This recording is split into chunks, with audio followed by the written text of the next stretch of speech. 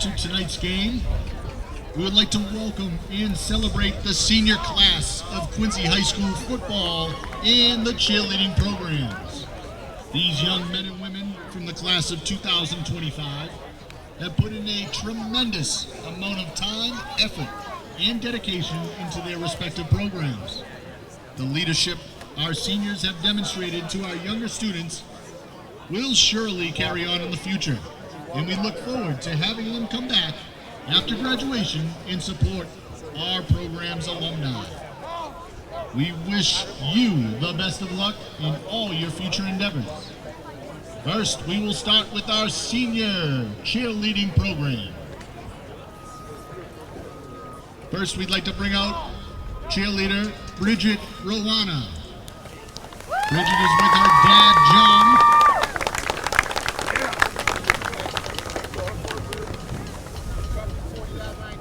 Next, we will bring out Nadia Fantacanti. She is with her dad, David, her stepmom, Michelle Mueller, and her brother, Vinny.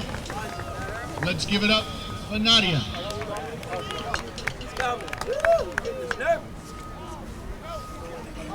Next, we have senior Isabella Pekarski. Isabella is with her grandmother, Karen, her mom, Danielle, and her sister, Eva.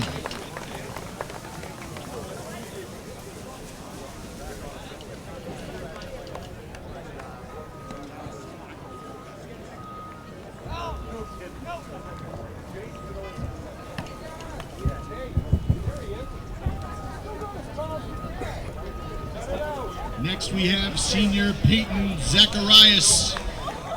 She is with her mom, Stephanie, her dad, Charlie, and her aunt, Kayliana. Let's give it up for senior Peyton Zacharias.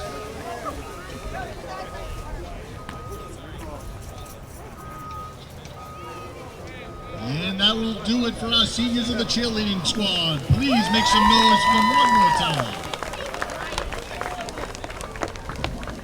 And now we will bring out our seniors from the football program. Number 71, Maurice Donovan. Escorted by his mom, Olive, and dad, Jim. Let's give it up for number 71, Maurice Donovan. Next we have number 18, Diego Tavares.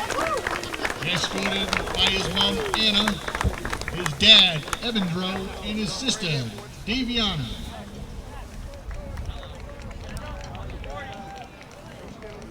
Let's give it up one more time for number 18, Diego Tavares.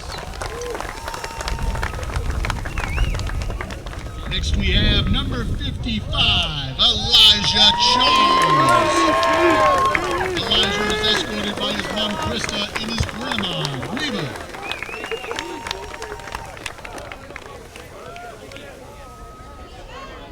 Let's give it up one more time for number 55, Elijah Charles. Next we have, donning number 1, Jaden Francois. Jaden is escorted by his mom, Ling, his dad, Ralph, and his cousin, Evan.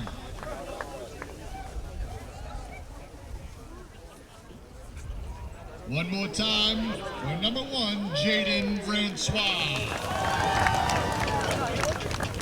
Next senior we have number 79, Justin Santos Silva. Justin is escorted by his mom, Sandra.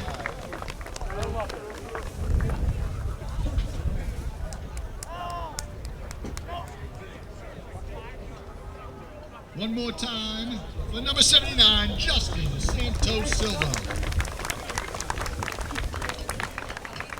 Next we have number 10, senior Sean Conover. Sean is escorted by his mom, Kristen, his brother Cole, and his grandmother Marie.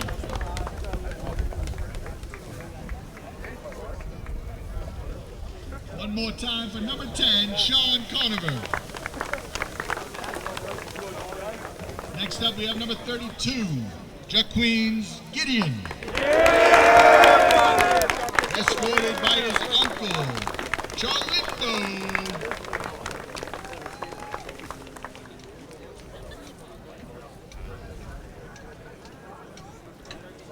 Next we have number 12, John Jordan. John is escorted by his mom Rachel, his nana Denise, and his sister Michaela. One more time for number 12, John Jordan. Next we have senior number 4, Donovan O'Connell. Donovan is escorted by his mom Tina and his dad Sean.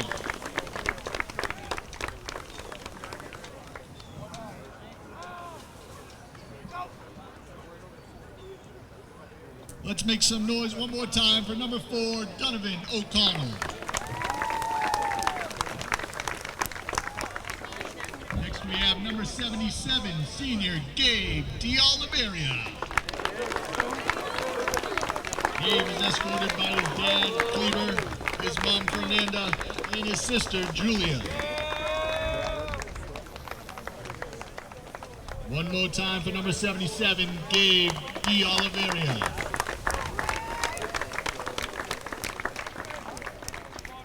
Next we have number 3, Alex Martinez. Alex is escorted by his mom Yenny and his brother Jason.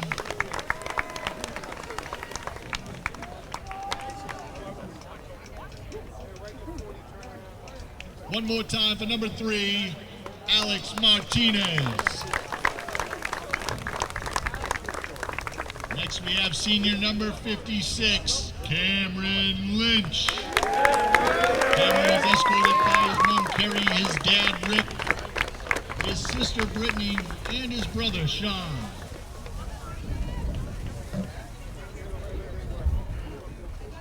Let's give it up for senior Cameron Lynch. Next up, number 14, senior Jordan Leathers. Jordan is escorted by his mom Terry and his brother Rami.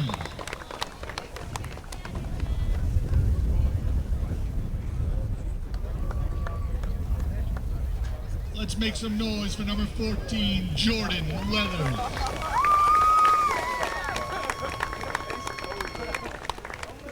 Next up, we have senior captain, number 22, Will Codner. Will is escorted by his mom, Lisa, and his dad, Donald.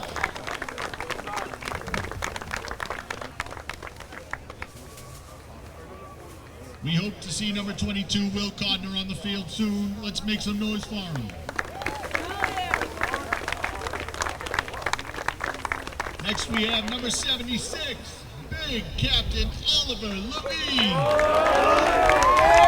Oliver is escorted by his mom, Christine, his dad, Scott, and his sister, Ruby. One more time, some noise for Captain number 76, Oliver Levine. And lastly, Captain number 11, Nate Goff. Nate is escorted by his mom, Caroline, his stepdad, Matt, his dad, Stephen, and his stepmom, Kate. Let's make some noise for number 11, Nate Goff.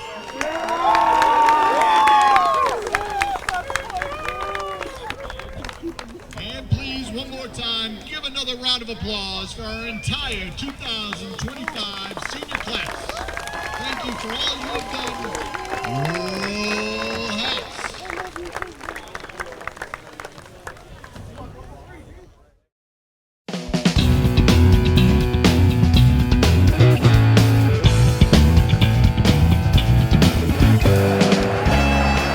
Throws it into the end zone. Touchdown!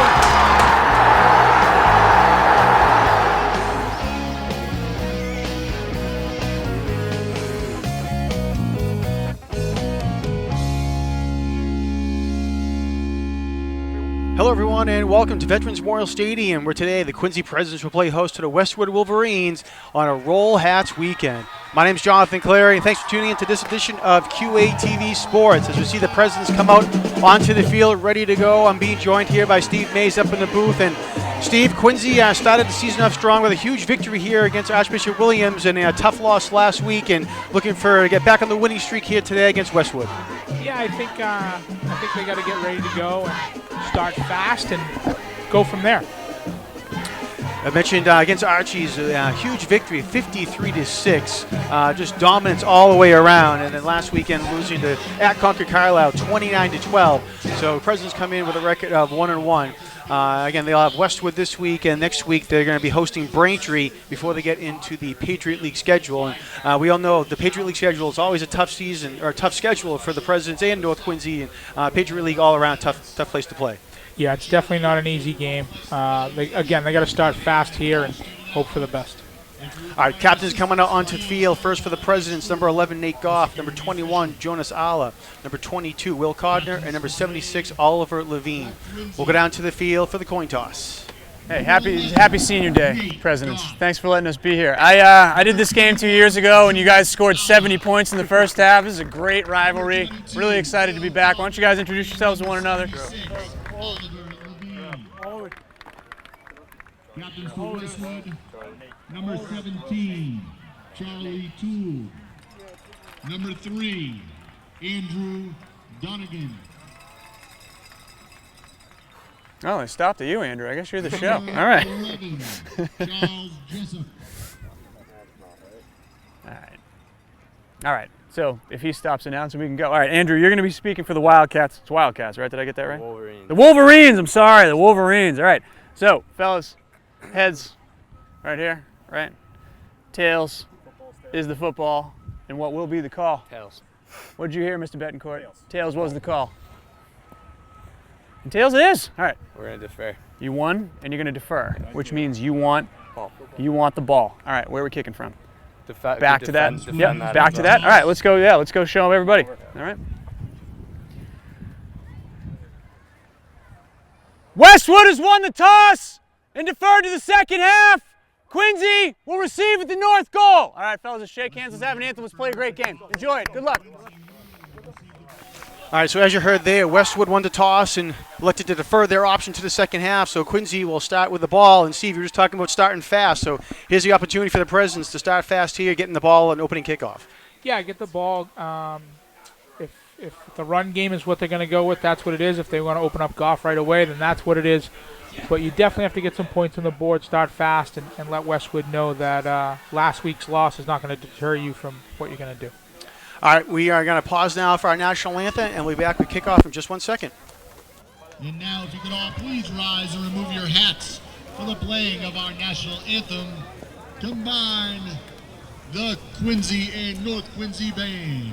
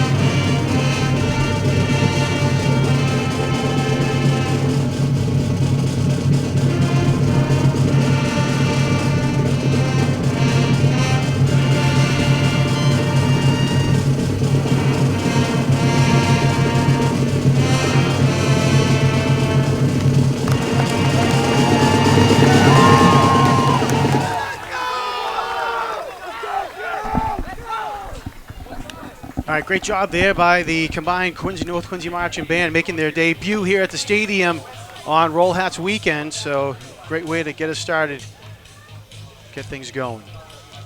I neglected to talk about the captains for Westwood. They're out in the field. Number 3, Andrew Donegan. Number 11, Charles Jessup. Number 17, Charlie Toole. And number 69, Mario Vinci.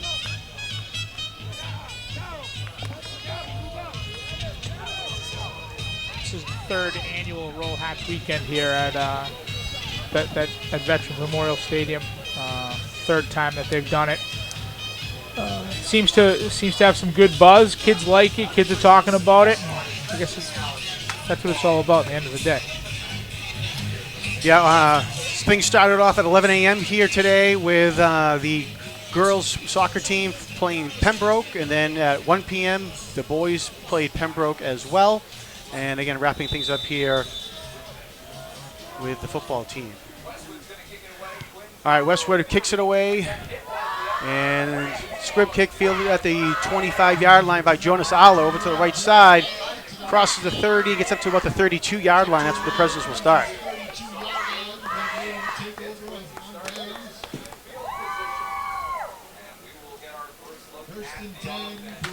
Westwood comes into the game with a record of 1-1, losing to Weymouth 47-12, and last week beating Bellingham 21-0. That was a home game for the Wolverines. So game number 3 for both teams here today. Under center today for Quincy, number 11, Nate Goff. All right, Nate Goff, quarterback, senior captain for the Presidents, starts off in the shotgun.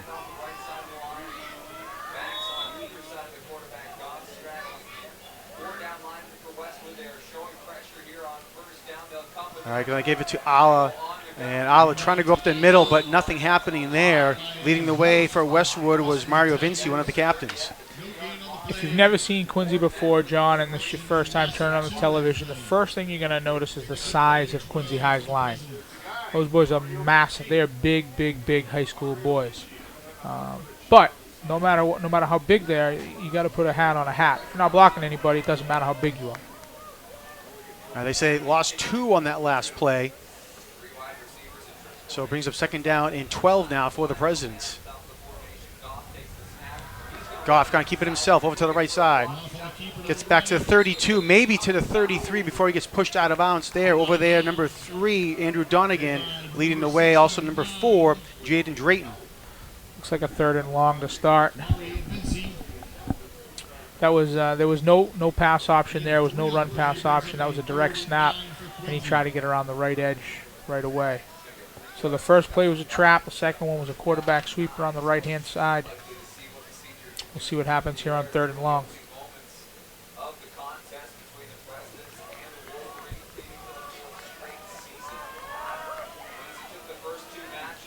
All right, so like you said, Steve, it is 3rd and long now for the Presidents, 3rd and 9.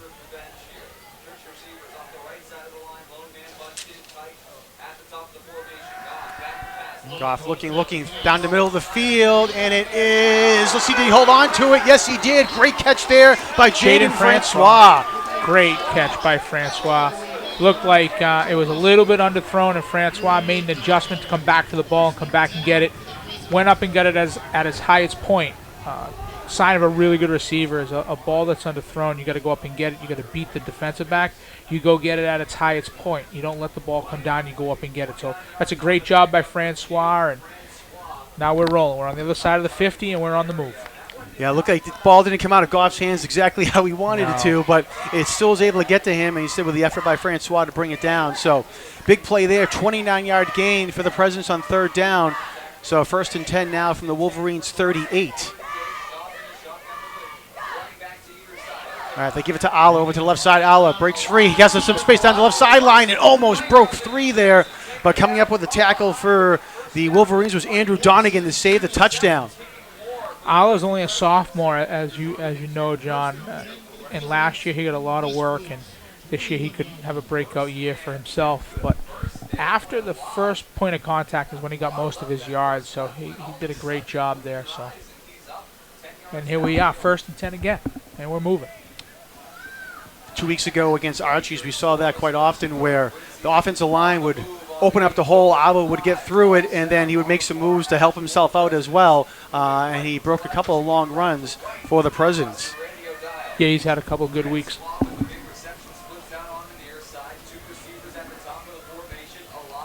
All right, it is 1st and 10 now for the Presidents.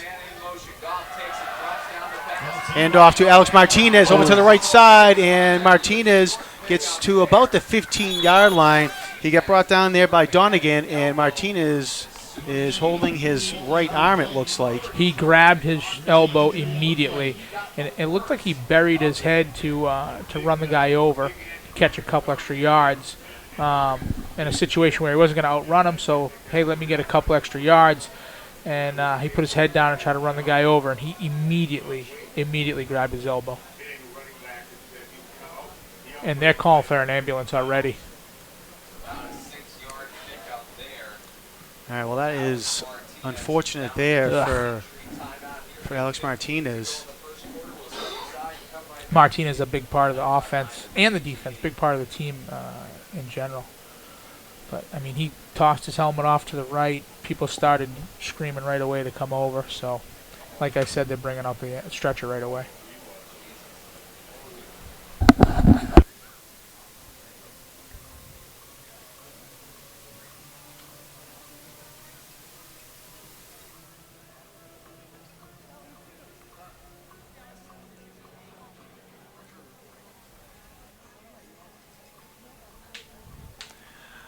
All right, well, as the EMTs come out onto the field, we'll take a break up here in the booth real quick and be back in just 1 second.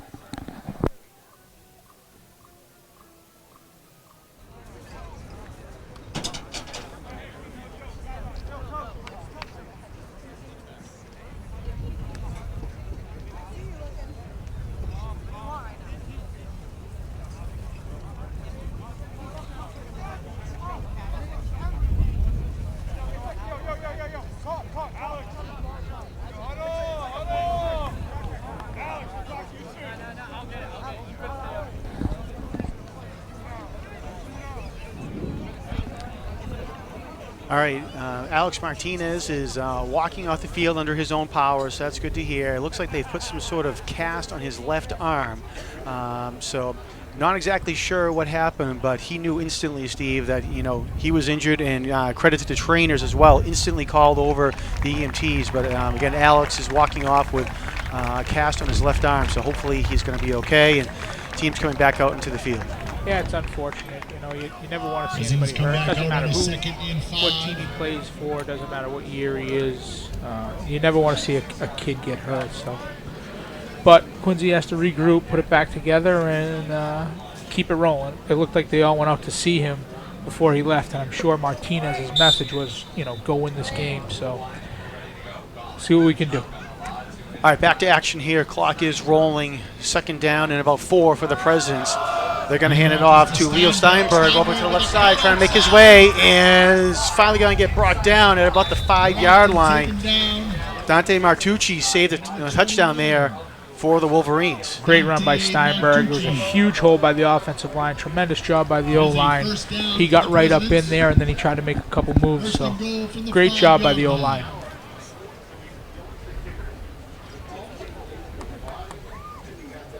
All right, so they spot him down at the 5-yard line, so 1st and goal for the Presidents.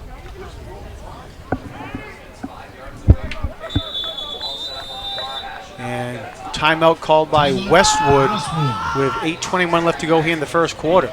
Good timeout by Westwood to regroup, and if you're the President, you like to see the other team take an early timeout.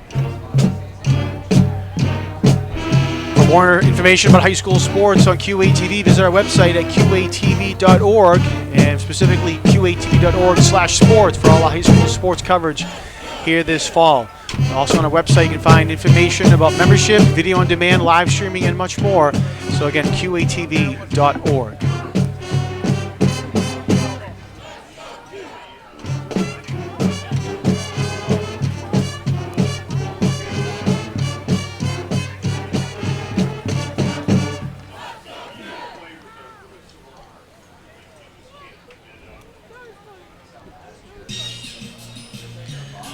first power rankings for the MIAA came out on Friday. And in Division II, North Quincy right now is the number 14 team with a 2-1 record, and Quincy at number 18 with a 1-1 record. So looking to see if they can make their way back up. Top 16 teams in Division II will make the playoffs. Well, you just answered my next question. How many teams make it? All right, teams back out on the field. First and goal again from the 5 for the Presidents. They give it to Aller, the eye back over to the left side, and he goes in for the touchdown. Jonas Aller from 5 yards out gets Quincy on the board. Absolutely untouched. Tremendous job by the O-line. Great call by Coach DeWitt. And like I said in the opening, John, this O-line is big. These boys are big. And yeah, they have to block. If you're big and not blocking anybody, it doesn't make a difference. But they opened up an enormous hole there. That drive had a couple of nice long runs in it. And a nice catch by Francois. Very good drive by the Presidents to get on the board, and that's how you start fast. All right, coming out for the extra point attempt. And the kick is up by Braden O'Connell, and it is good. So with 8:16 to go here in the first quarter, Presidents get on top here, and they lead 7-0 over Westwood.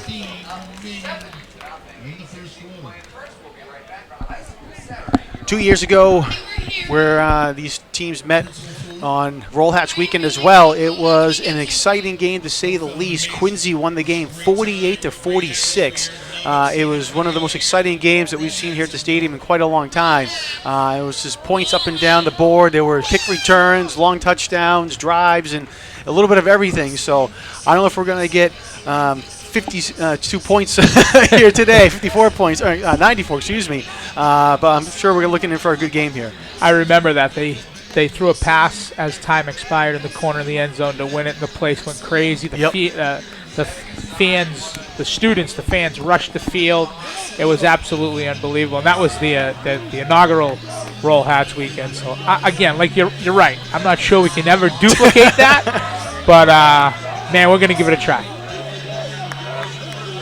So not too many high school games we get 94 points scored, but it was a quite fun game to be at. All right, Westwood fields it at their own 25-yard line, and nice tackle there by Quincy. It looked like it was Leo Steinberg coming up. Actually, no, it was Jaden Francois on the tackle. So you had a good drive by the offense, and now you got to get the defense to get a 3 and out, and get the ball back to the offense, and then you're on the move. I spot the ball at the 33-yard line.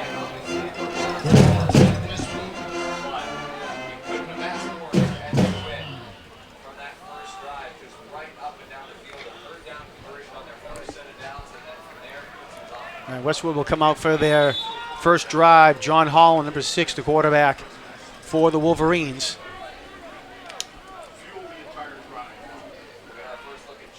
Again, ball at the 33-yard line for the Wolverines. Holland looking to pass on the first, and it is complete and gets brought down quickly there. Andrew Donegan caught the ball at the 40-yard line and was quickly brought down by the Presidents, and they spot him down at the 42. Yeah, great throw and catch right there. Holland just took what they gave him. Didn't look for anything deep. Just popped it over the middle and gained 8-9 yards. And they're going to have to suck those linebackers up just a little bit. Those safeties up just a little bit.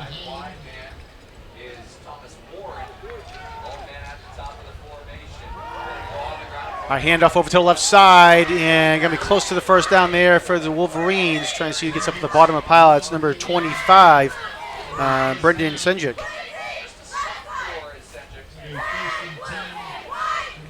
And looks like they gave him a generous spot there. Had the first down. Looks like they gave him an extra yard as well, up to the 44. And that umpire must be from Westwood.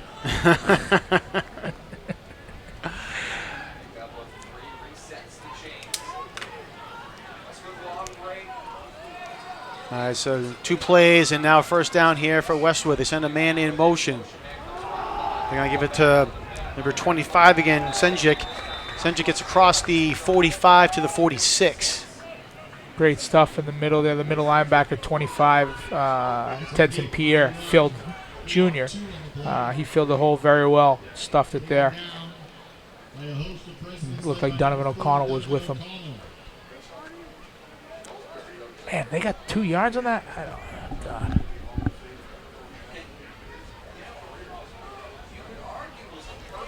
God. Westwood was looking over to the sideline for the call from their coach. They come to the line. Again, Holland in the shotgun, sends Charlie Toole in motion. Looking to pass over to the right side down the field, and it is incomplete. Was looking for Jaden Drayton. It was nice coverage down there by number 1, Jaden Francois for the Presidents. Yeah, Presidents brought some heat there. They blitzed some linebackers and went one-on-one on the outside, and Francois was all over him. Great coverage there, and that makes it 3rd and 8 now. I tell you, it's tough in high school to run an offense where the player or the quarterback isn't running on and off and telling you the play. You're looking over and you're looking for calls and signs and stuff like that. That's tough. All right, so like you said, 3rd and 8 now for the Wolverines. Holland again looking to pass, being pressured, comes up, is going to run, and has some space up the middle of the field. He slides, and he should have enough for the first down up to the Quincy 45. If you couldn't see that number 55, Elijah Charles, was being held, then you weren't watching the game. Quincy High flushed the quarterback out, and he rolled around to the left, and man, they were right on him. And then he slid, which was smart, right? Right. You know, take a hit for no reason. He got the first down. You slide, and you go from there. All right, so nose of the football right at the Quincy 45-yard line, 1st and 10 for Westwood.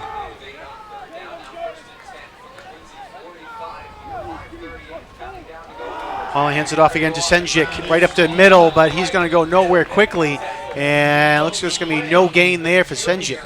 Great job by the D-line. Great job by the linebackers filling.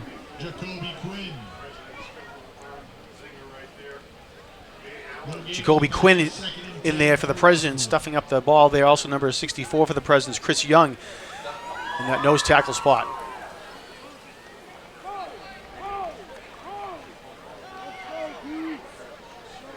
And Chris Young's a big boy, too, and he's only a junior. Senjik again up the middle, and maybe we'll get a yard in the play. We'll see where they spot the forward progress, but he got brought down. Again, nice job there by the Presidents to clog that middle, and they give him about a half yard, so we'll call it 1. It'll be 3rd and 9. Donovan O'Connell with a great fill right there, and Leo Steinberg was helping him out. That was a great job. 3rd and long again.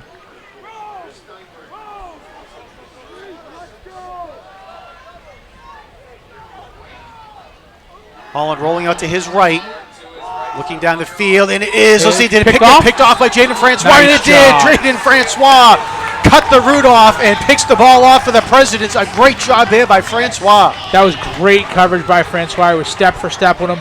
And when the wide receiver broke, Francois broke as well. Tremendous, tremendous job by Francois. He was just a step behind the receiver, but his speed there caught him up quickly and was able to cut in front. And again, picks the ball off, and they're going to spot him down at the 36. So you might not have got a 3 and out, but you got a turnover. So just as good.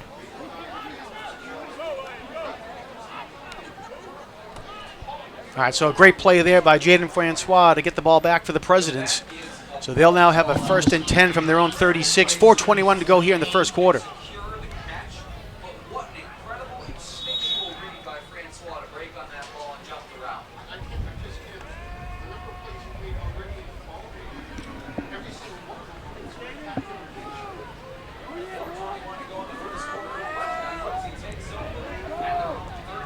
All right, Nate Goff in the shotgun now for the Presidents. Hands the ball off to Steinberg. Over to the right side, has some space. Steinberg over to the 50-yard line, and will finally get caught up and pushed out of bounds at about the 43-yard line. Great run there by Leo Steinberg. Great job by Steinberg, and sophomore Ala was out in front of him trying to pick guys off. It was a great job. They're looking for 15 more on a late hit here. I don't think they're going to get that. It was just a rough football play. I don't think anything was wrong with that. I think Steinberg was, fighting for some extra yards. The Westwood guys were trying to bring him down. I think that's a good, clean football play right there. All right, they spot him down at the 42-yard line. 22-yard run there by Leo Steinberg on first down. We talked about the offensive line a little bit earlier. Oliver Levine, Jacoby Quinn, Cameron Lynch, Wyatt Drinkwater, and Maurice Donovan. offensive line for the Presidents. And as you can see them there, great shot there of the O-line, and they are a big group and certainly leading the way here for Quincy. Pasta dinners must be interesting. Must be interesting when those guys are around. All right, Goff's going to keep it himself. Over to the left, has some space. Great job there by Goff. Found a little seam and went with it. Gets across the 40, and they're going to get him down to about the 36. That's the second or third time they've ran that just quarterback sweep. Not a run-pass option. He's just taking it, tucking it, and trying to get around the edge. So that's a staple of their offense. Again, they've done it 3 or 4 times already.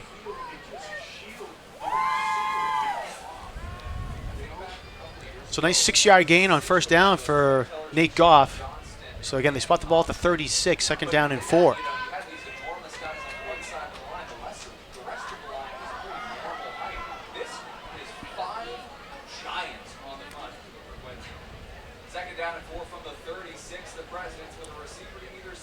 Goff hands it off to Ala, and Ala meets the defensive line there for the Wolverines. Andrew Dunnigan in on the tackle there, for the Wolverines. Also Murphy O'Malley Jr. for the Wolverines up there. 3rd down and 3. I would say it's 2-down territory, right, John? I don't think that a kicker that's going to kick a 50-some-odd yard field goal. And I don't think they'd punt from here. I mean, Coach DeWitt might, but I don't know. So I think we're in 2-down territory. So you get 2 downs to get 4 yards? I would say so. Yeah, I think they're going to be definitely in 4th down territory here to be going for it. Especially with that offensive line. They can push things forward, definitely. I hope so. All right, 3rd and 3. They give it to Steinberg. Steinberg's trying to cut it outside. Flag thrown on the play. Across the 30 and gets up to about the 20-15 and brought down at about the 14-yard line. But this one's going to be coming back, it looks like. Somebody cheated.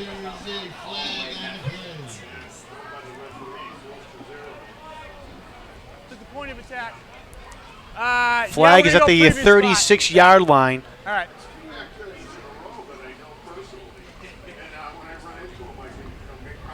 You got to let him go, right?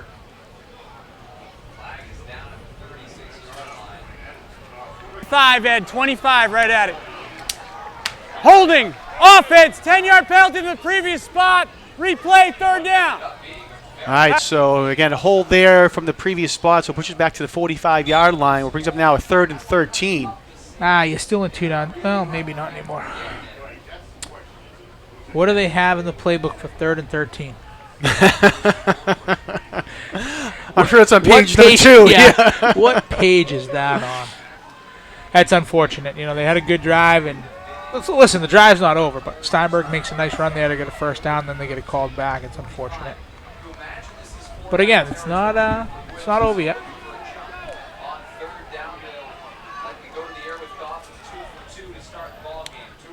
All right, so Goff in the shotgun, looking to pass down the right sideline, and it's going to get picked off there by the Wolverines. Number 4, Jaden Drayton has it across the 45, and will get brought down at the 47-yard line. You know, I think that's just a situation where he was looking for Francois. Francois is his number 1 guy, and he figured if he needed 13 or so yards, that Francois was going to be the guy to get it. So whatever route Francois was running, that was the ball that was going to get thrown.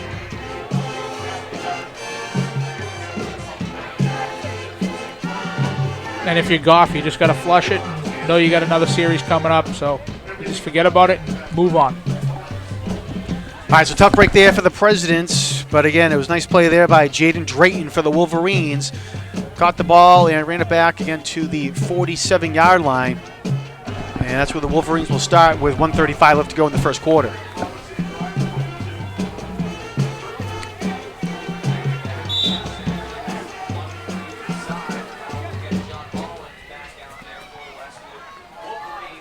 All right, quarterback John Holland, senior for the Wolverines. He passes down the middle of the field, looking down the left sideline, and it is incomplete. Was looking for Thomas Warren, but a flag thrown on the play. I think we're going to have a pass interference call against Quincy. Yeah, it looked like late that he had his hand on him late. It was great coverage, though. He was step for step with him. It was great coverage. Coach DeWitt is not happy. But he was definitely step for step with him the whole way. It looked like they were just going up to little hand fighting at the end there. See, I'm not too surprised by that call because it looked like He, like you said, a little hold and a little push and a little bit of a shove there with the hand. They were both jockeying for position.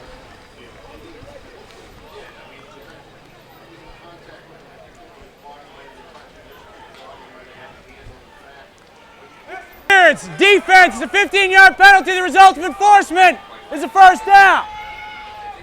Pass interference call on the Presidents. It is a 15-yard penalty. First down, Westwood. Quincy's 38-yard line. All right, so a 15-yard penalty from the previous spot, so they'll push it up to the 38-yard line. So big penalty there. Just looking at the YouTube feed here of QATV, it rewound a little bit, and there was a little bit of a shirt pull I could see there as well. So when you see a shirt pull, that's going to be an easy call there for the referee. All right, Brendan Senjic gets the carry for the Wolverines over to the right side, crosses the 35, and will get brought down at the 33. John, go back to that QATV feed on YouTube and rewind that play and tell me the 51 from Westwood didn't drag down somebody from Quincy High. Good Lord. All right, what do we got? All right, so it's a 5-yard gain. Handed off again to Senjic, and he goes into 1, 2, 3, 4 players and gets brought down. Flag thrown on the play as well. But Senjic get brought down at the 35-yard line. They try to go fast, and Quincy High was ready.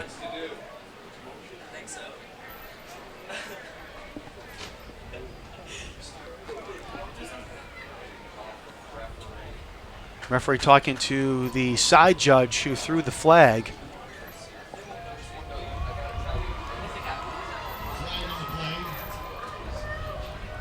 There was a loss of 2 on the play.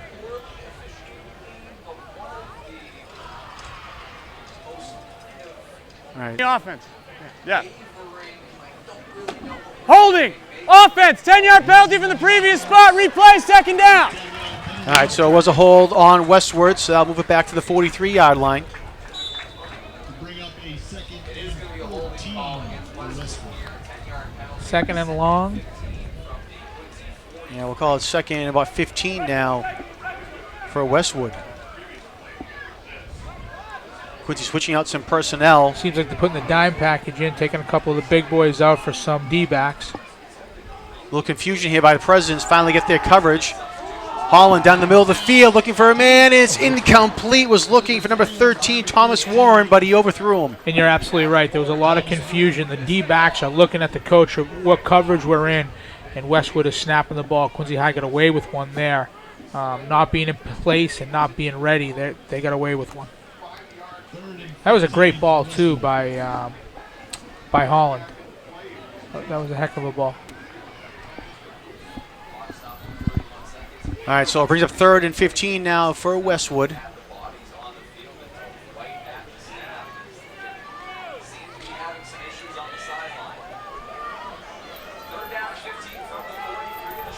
Two receivers to each side of quarterback John Holland. Here comes a blitz again by Quincy. Holland right over the middle of the field. Passes complete the 30-yard line and fighting his way forward. He'll get the first down. Nice job and good effort by Charlie Toole.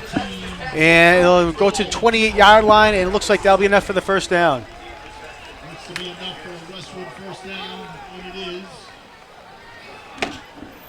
1st and 10, Westwood. And the Presidents 28. And they spot him right at the 28, so first down for Westwood. They're going fast again. Holland again over the middle of the field, pass complete to Thomas Warren, and Warren gets up to the 15-yard line, and that's going to end the first quarter here. Warren is someone they've gone to multiple times. Here's a senior on the team. He's a big boy, too. The referee asking for the clock to be wound. It is, and Westwood will go to the sideline as time expires here in the first quarter. So Quincy on top 7-0 after their first quarter play, but with Westwood driving down the field, they'll have first down from the 15-yard line when we come back. Again, we encourage all of our viewers to log on to QATV's website at qatv.org for program schedules, membership information, video on demand, live streaming, and more. So again, qatv.org. We mentioned earlier, Quincy High School will be home again next week on Friday, October 4th, when they host Braintree. And then they'll be on the road to start the Patriot League on the 11th at Pembroke.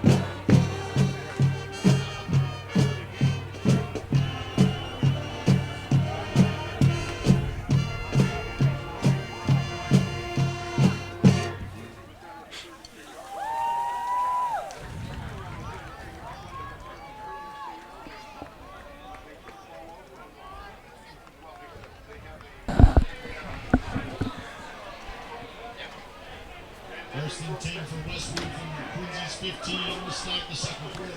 All right, teams back out in the field, switch sides, second quarter now. And again, first and 10 from the 15. Holland looking to pass down the middle of the field and is incomplete. Jonas Alla was over there, and that flag is thrown.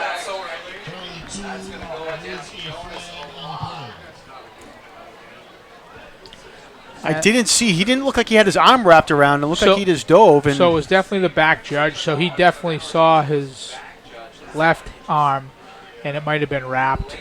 But I don't think it was the difference in a catch or no catch.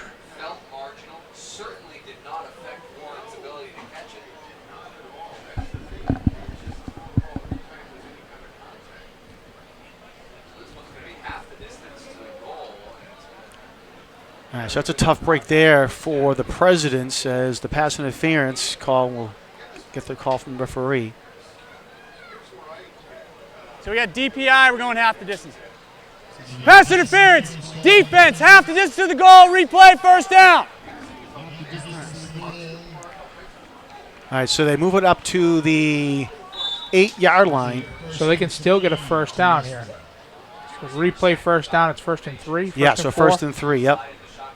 Holland looking to pass down the middle of the field Wide into the corner of the end zone, has a man wide open, but does he in? No, out of bounds. Ball was just a little overthrown. And again, they are going after Thomas Warren, number 13, and that is their guy. That is their number one guy for wide receiver. We got to make a. I say we, right? They got to make an adjustment out there. It looked like an easy pitch and catch. All right, so second down and 3 now. Holland again over to the corner of the end zone, and this time it's complete to Warren. Same play, and they get the touchdown on the second time. Looked like they had one-on-one coverage with Warren, and they went right to him. Warren is the Jaden Francois of Westwood. That's their guy. That's who they're going to. That's who they're going to lean on. You either got to bracket him, you got to double cover him, you got to do something, but you can't let one guy beat you. I know you have to have confidence in your guys with one-on-one coverage, but you can't let one guy beat you. All right, extra point attempt getting ready now for Westwood. Kick is up, and it is no good. Wide to the right. Thomas Warren caught the ball but couldn't kick it there to wide right. So PAT is no good. So 11:44 to go here in the second quarter. 7-6, Quincy holds on to the lead. Man, the sheet says he's a wide receiver. It doesn't say he's a kicker.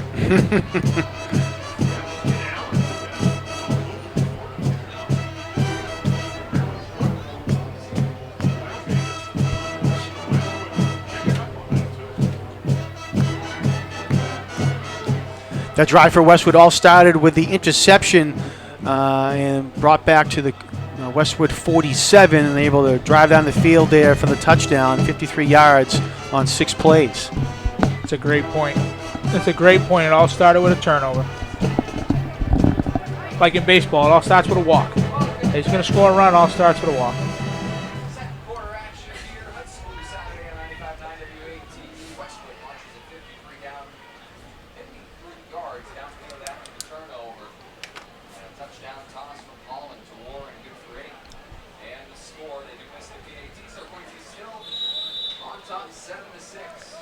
All right, Warren will kick it away now for the Wolverines. Short kick, and this one is... Oh, it stays in bounds. Quincy thought it was going to go out of bounds, but huge effort there by Andrew Donegan. Was sprinting downfield, and the Quincy coach is furious. They're saying the ball was out of bounds, and he fielded it out of bounds. There's a lot of conversation on that side right now.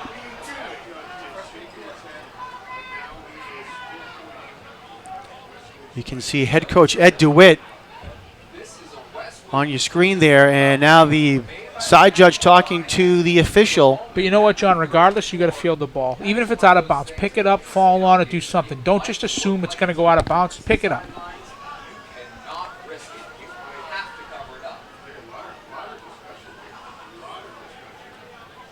They're bringing another official in.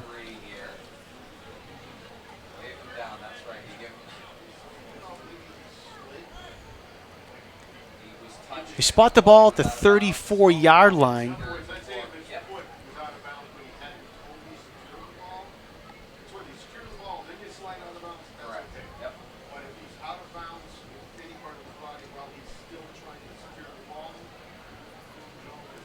This is a huge call in this game right here. Huge.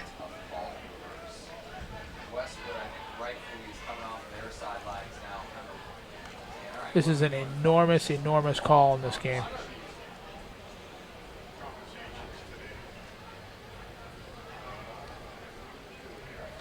You can see the referee. DeWitt And, does well, not- let's see. Oh, wait a minute.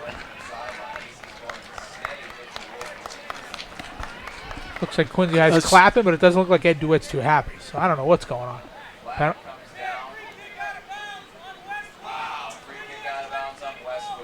From the out of bounds spot, first down. Okay. Okay. Wow, what a break there for the Presidents.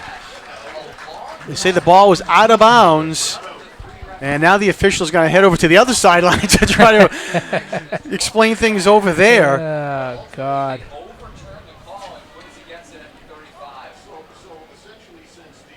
Say Brian Pindell, the head coach for the Wolverines, getting the explanation. I'm sure he doesn't like it. Not at all. All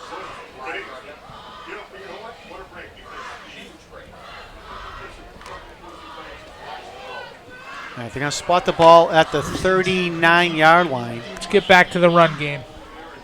Let's get behind these horses and let's move it a little bit.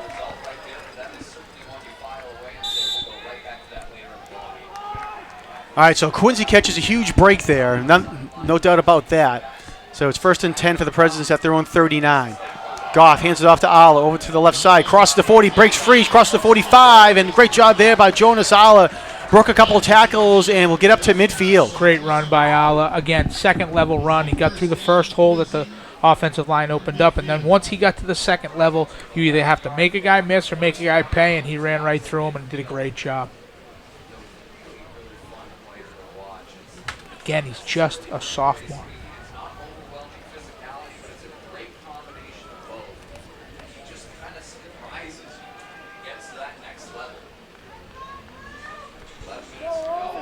First down for the Presidents after that 11-yard run by Jonas Alla. Goff in the shotgun. And almost had a false start there, but they were able to get away with it. Leo Steinberg with a carry, and he was trying to break free and could not at the last second. Number 25, Brendan Senjic, was able to bring him down. No gain. Yeah, it's a tough play. He tried to make something out of nothing, and at least he got back to the line of scrimmage. He didn't lose any yards, but that's a tough play. And actually, they're going to give him a gain of 1 on the play up to the 49.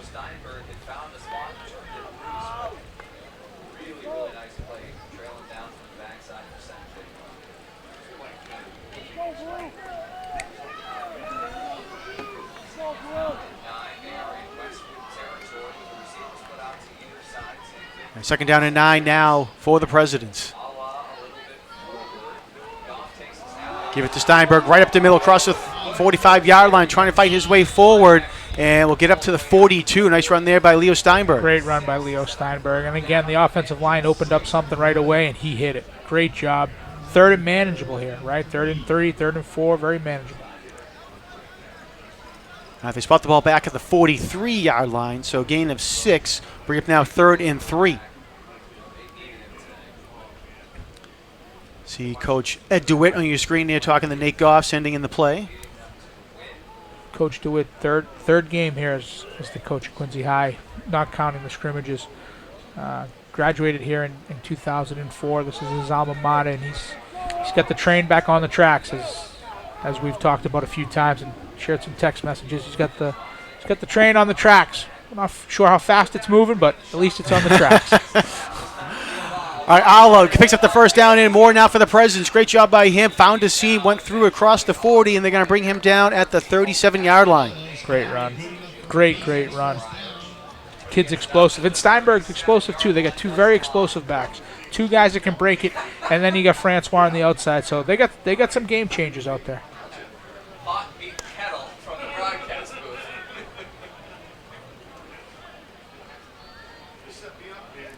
9 minutes to go now here in the quarter. First and 10 from the 37. Wide receiver split out near side. Posterizes Kelly. Goff going to keep it himself over to the left side. Have 3 receivers there for the blocking. Breaks free across the 30-yard line. And we'll get brought down at about the 26-yard line. Nice run there by Nate Goff and a late flag thrown here as well. That one is likely going against the Presidents. It was an 11-yard pickup for Goff.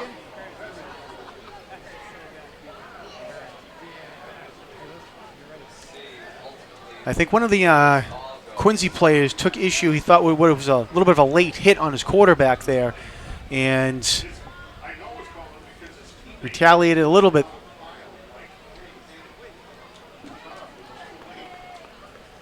Personal foul! Late hit! What? Yeah, sorry.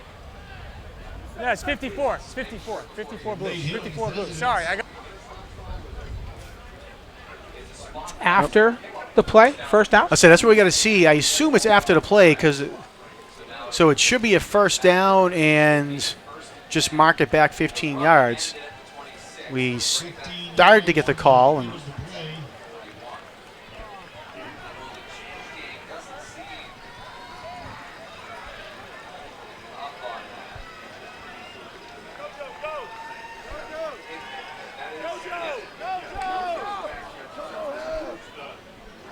all right, yeah, here now they're moving the chains, so it will be a first down, but move it back 15 yards.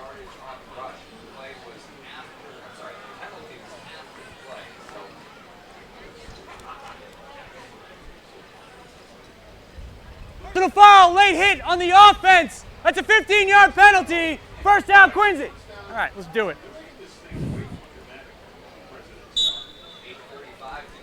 All right, so move the ball back to the 41-yard line. Those are things that you have to avoid. You have to avoid that stuff. The difference in field position, especially in high school football, and I don't care if we're talking about the best Division I team or the worst Division 8 team. Positioning in high school football, field position is the number one thing, and that's very unfortunate. You can't do that. You can't shoot yourself in the foot like that. All right, the only good news about that, it's 1st and 10 instead of 1st and long. Hand off to number 1, Jaden Francois, trying to get him the ball. First time we've seen him with the ball for a little bit here. He gets up to the 30-yard line.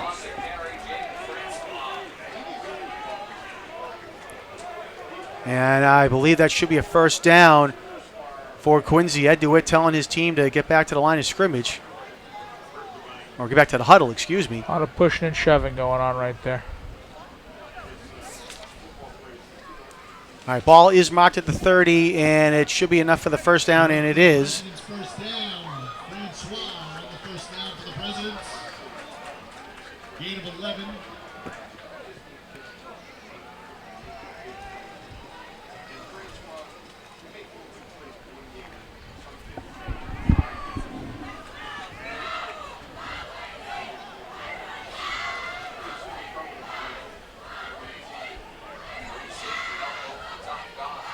All right, Goff in the shotgun. Gets it to Steinberg. He's immediately in the backfield and brought down. Wow, what a tackle there by number 69, Mario Vinci, one of the captains. Great play. Great play by Westwood. Shot the gap. got right in there and did a great job. You know, you got to tip your hat to people sometimes, right? They make a good play, they make a good play. It's just the way it is. They spot the ball back at the 35-yard line. 5-yard loss there for the Presidents. Second and 15 for the Presidents from Westwood's 35-yard line.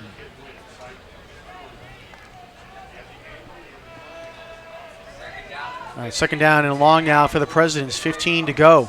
20 to go in the second quarter. Steinberg, the lone back, a lot split off the left side of the line. Two receivers near side, lone man at the top is Francois. Goff under center, hands it off to Steinberg, and he's met quickly there by a couple of defensive linemen for the Wolverines, and some more pushing and shoving back and forth. Multiple Two of them. flags thrown.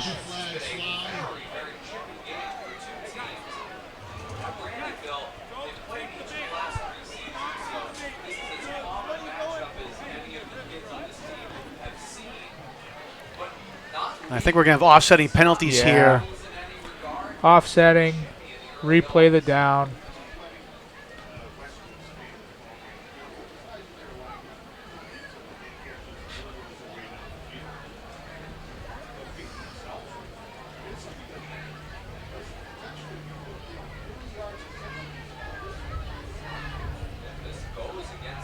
All right, and referee heading over to the Westwood sideline.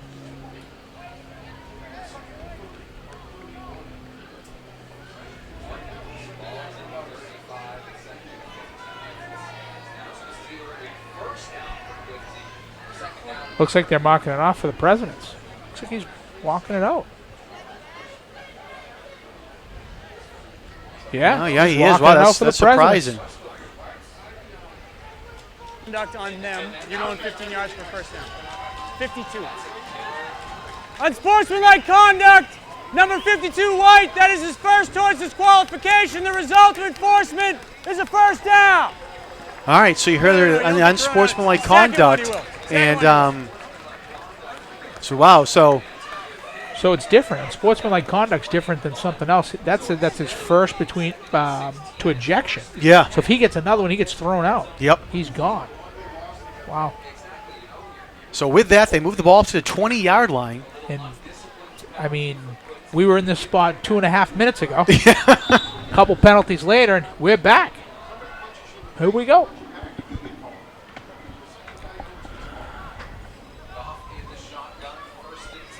All right, so the Presidents with the ball. Ala with a carry, and again, nice play there by the Wolverines. Coming up to make the play, Benjamin Rosa.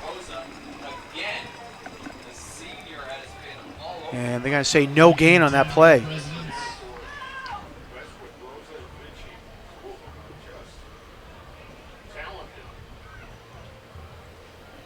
Quincy got to try to get outside here.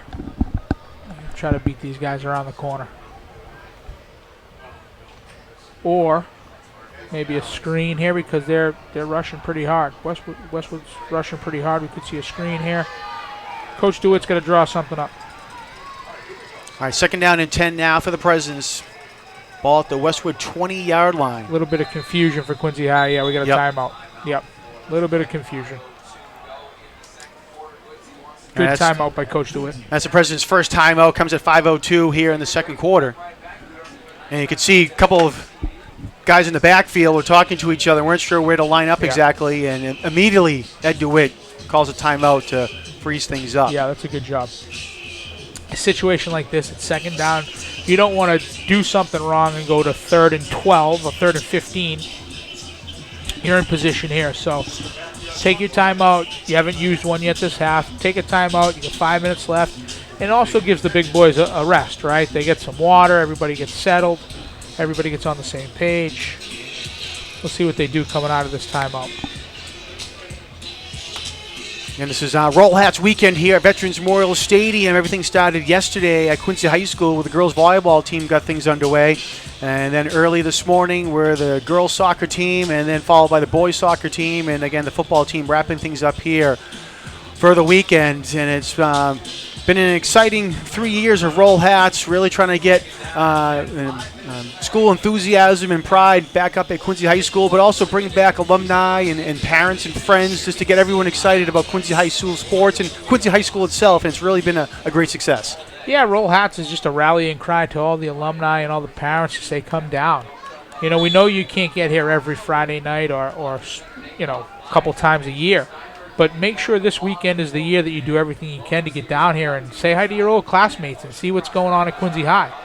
Steinberg on a carry over to the left side and picks up a gain of maybe 4 in the play. We'll see where they spot him down. You know, John, it's not just about football, as much as I'd like it to be just about football. It's not just about football. I mean, Roll Hats weekend, all the clubs that are at the school are all set up here around the stadium.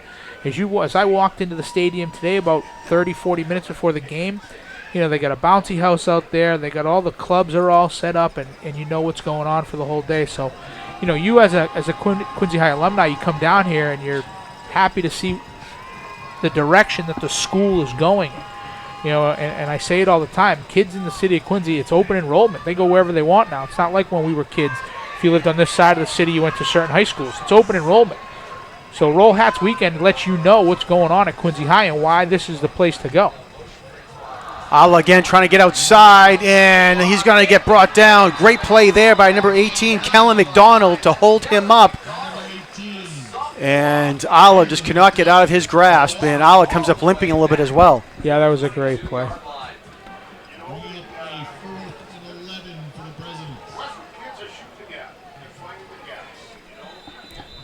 All right, and Ala could not get off the field. You can see he's pointing for the trainer to his right ankle. And I'm not sure if he got rolled up on at the end there when he was trying to break free. With any luck, it's just he just rolled it or something like that. It's nothing crazy. Or maybe a cramp or something like that. You can't afford for Jonas Ala to go out. All right, ball at the 21-yard line.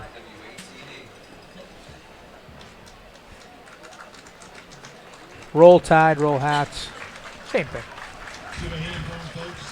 We just need to get some success from the Roll Tide up onto the Roll Hats. Yeah, Roll Hats is the brainchild of former Quincy High coach Bob Noble and Scott Campbell. They kind of have put this thing together. Not kind of, they have put this thing together the last 3 years and everything that goes with it. And, you know, look at that student section. Look at that shot of the student section. That's great. It's great to see, you know. What else are kids doing on a Saturday at 4 o'clock? Come down here and support the team, right? Yep. Look See at a nice that. shot Good there. shot. And it's been carrying throughout the entire year as well. So whether it's at, you know, the basketball game, the hockey game, the, you know, baseball game, volleyball game for girls or boys, whatever it might be, you know, it's like you said, a rallying cry throughout the entire year for something for the entire school to come back to. And again, whether it's sports or a club or just, you know, teachers in general, it's been really a nice positive thing for the high school. All right, it's 4th down and 11 for the Presidents. They're going for Goff down the middle of the field, and it's broken up there. Charles Jessup broke it up. Jaden Francois was open, but Jessup came out of nowhere to knock that ball away. Flag is thrown behind the play here, though. Yeah, it's thrown in the area holding. You're gonna see a decline here. He tried to zip it by that safety. He tried to put it by that safety, and the safety made a great play to break it up. But he did. He tried to get it by the safety. All right, so it was against Quincy. Westwood declined, so it'll be a 1st down and 10 for Westwood. So, again, nice play there by Jessup to knock that ball away. Like I said, he was trying to thread that needle and just missed it.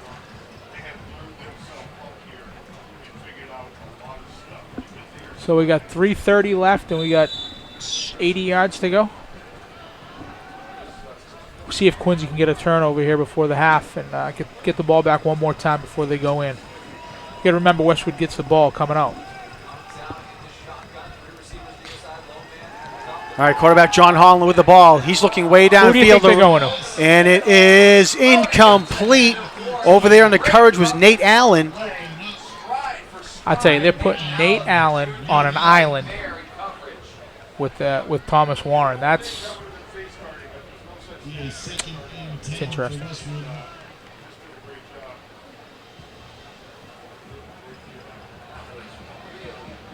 Well covered by Allen. All right, clock stops at 3:24.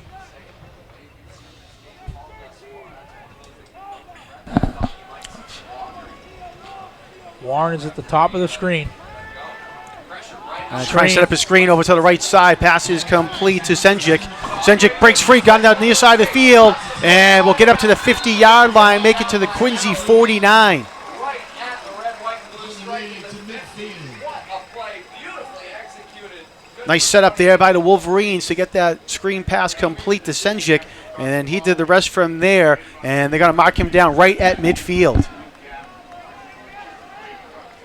They come right back up to the line of scrimmage, 1st and 10 from the 50.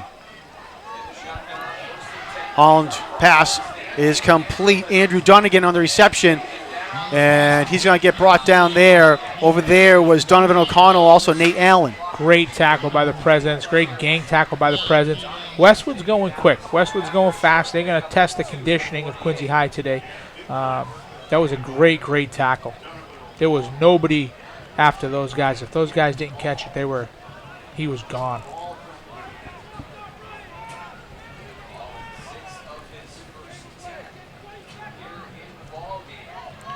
All right, spot the ball down at the 44, and referee blows the whistle to stop the clock.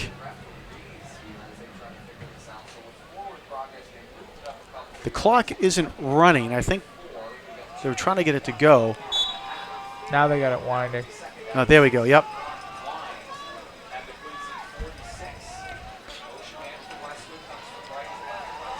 All right, again, 2nd down and 6 for the Wolverines. Warren, top of the screen. Pass complete to number 17, Charlie Toole, coming down the near sideline, and he's going to get hit and get knocked out of bounds at the 20, make it the 19-yard line. Good pitch and catch, right? Crossing route underneath. Good pitch and catch. Got behind the linebackers, but under the safeties. Caught it and it just had some open field. So nice run there by Toole. And it'll be 1st and 10 from the 19 for Westwood. 2:29 left to go. 2.5 to play. Westwood's in the red zone. Holland. There he Looking is. for the fade in the end zone, and it is Great incomplete. defense. Again, was Great looking for job. Thomas Warren, and over there, Nate Allen on the coverage. Great job by Nate Allen. He punched his hand through and broke it up. That was a great job. Made a great recovery and got back there to swat it down. Looks like he's trying to come out. He's down. He looks like he's trying to come out. Snow Angel on the turf. That's the 3rd or 4th time we've seen that fade route run by the Wolverines. I think it was the 3rd. They ran it twice down on their previous touchdown, and then right there. Well, Warren's a big boy. If you get it up there, Allen's not the tallest guy. Warren's much taller than him, and you get it up in the air and you give him a chance to go and get it. That was a great ball and a great catch, but Allen just broke it up at the last minute. That was a great job.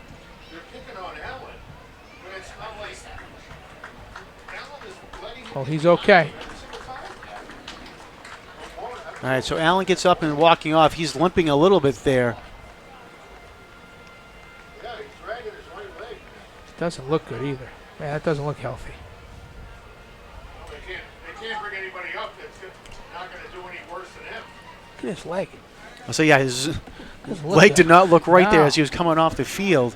Now, I'll tell you, if you're Westwood, you got a brand new corner out there, probably covering the best receiver that Westwood has. You're going to might go after him. They might go after him right here. 2nd and 10 for the Presidents. With 2:20 to go here in the first half.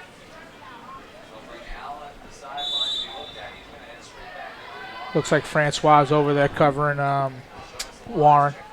Francois, some bump and run there. There it Warren is, is right at open him. and incomplete. Had Warren, and he could not bring it in. And nice call, Steve. They went right at Warren again. 3rd and 10.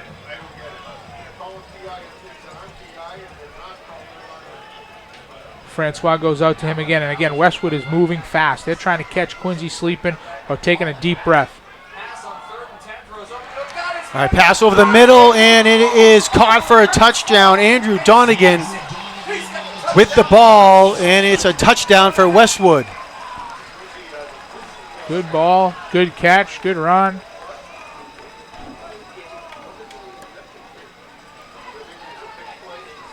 Head coach Ed DeWitt out in the field, not happy about the last play. I'm not too sure what his complaint is. Well, I don't think you can spike the football, and those guys scored, and then that kid spiked the football, and I don't think you can do that. There it is.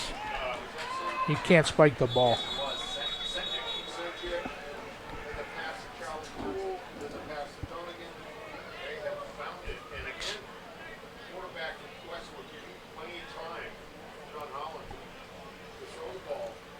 A referee coming over and asking where they want the penalty enforced. Touchdown completion from Holland to Donegan.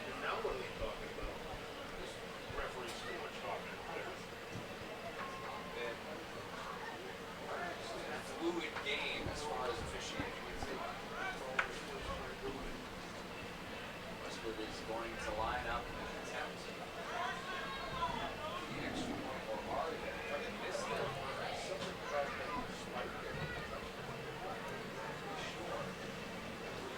Is coming over the Westwood sideline. Now there is a flag.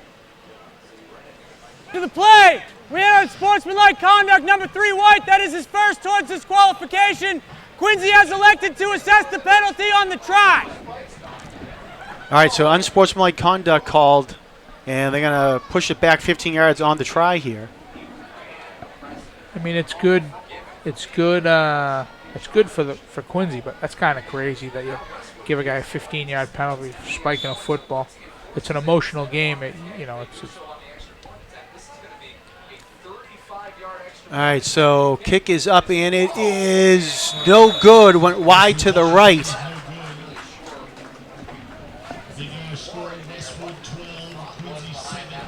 So 2:10 to go here in the second quarter, and Westwood takes the lead after driving down the field. Steve, you said, can they go 80 yards? And they did.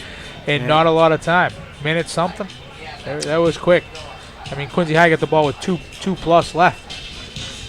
Yeah, it was 7 plays, 79 yards in a minute and 14 seconds. Yeah.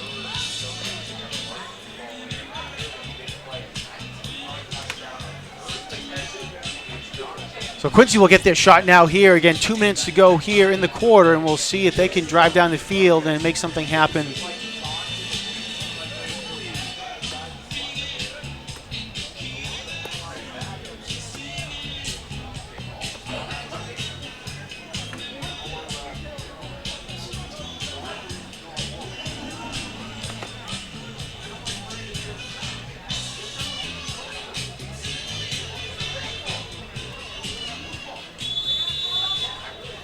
If I were Quincy High, I would be way up, way up, way up. All right, and they kick it to the other side this time here. Quincy fields it. Darrell Wright with the ball. He got hit and fumbles it as he got hit. Quincy recovered. So Darrell Wright got popped really well there. Woo.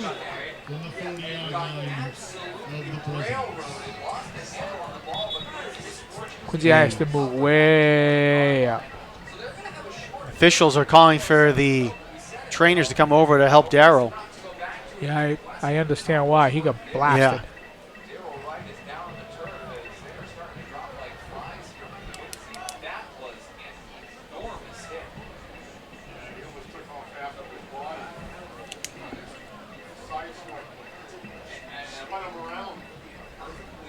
So Wright did a good job there coming up to get the ball on that little pooch kick there. And as he turned to come upfield, that's when he got hit. So usually the rule of thumb, I guess, is what I'm looking for. But what you would do there is you would either fair catch it or you would just catch it and fall. For that reason, the ball gets kicked up in the air. You're looking up in the air and catching it. These guys only have about 15 yards to get to you. They're going to get to you in 3.5 seconds, roughly, maybe 4 seconds. You just fair catch it or catch it and go down. Why take the hit? It doesn't make sense. You risk injury. You risk a fumble.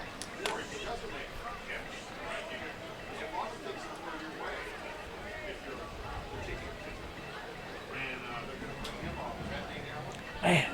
So there was Donegan, Andrew Donegan, number 3 on the hit, and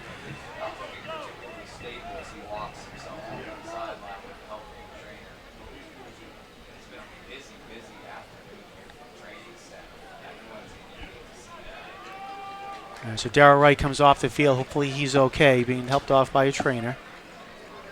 Now the question becomes, if you're Quincy, what do you do?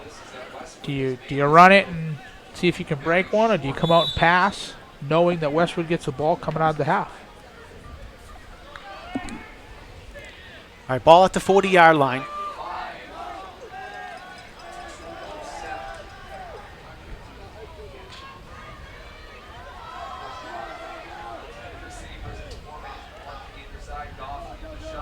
Goff in the shotgun for the Presidents, looking to pass, and he's going to get pressure to get hit. He got sandwiched between 2 players. Donegan was over there, also was Jessup. Second and 10 for the Presidents. All right, so that pass goes incomplete.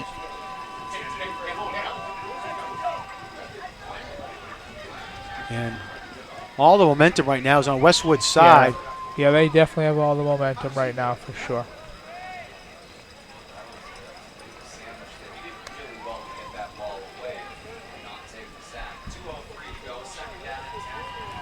You might see a run play here by the Presidents. So you see if they get that offensive line with a big push here. Yep. All right, Goff in the shotgun, second down and 10. And they hand it up the middle. It's Steinberg on the carry. Steinberg going to get up to the 45-yard line. Make Westwood call a timeout if that's what they want to do.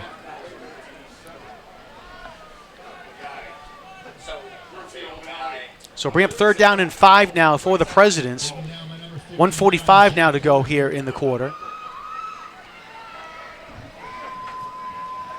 Jonas Alla just came off. So he's still favoring that right leg, it looks definitely like. is. He's limping on the sideline. Again, I don't know if it was an ankle or knee or what it was, but he came off. He hasn't gotten the ball since. Yeah, he's been trying to shake it off, but just cannot. Trainer keeps going over to him on the sideline, ask him how it is. All right, Goff back in the shotgun again. Third down and 5 at the 45. And we're going to have a false start here. Oh, wait, sorry, delay the game. Flag on the play.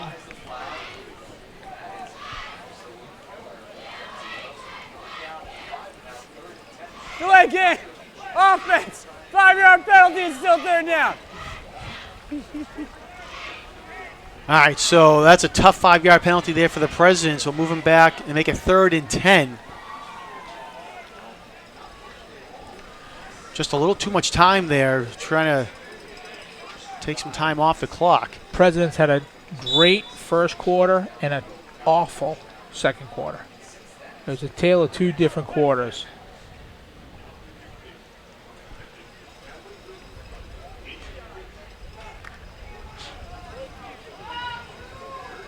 .108 showing on the clock here in the second quarter.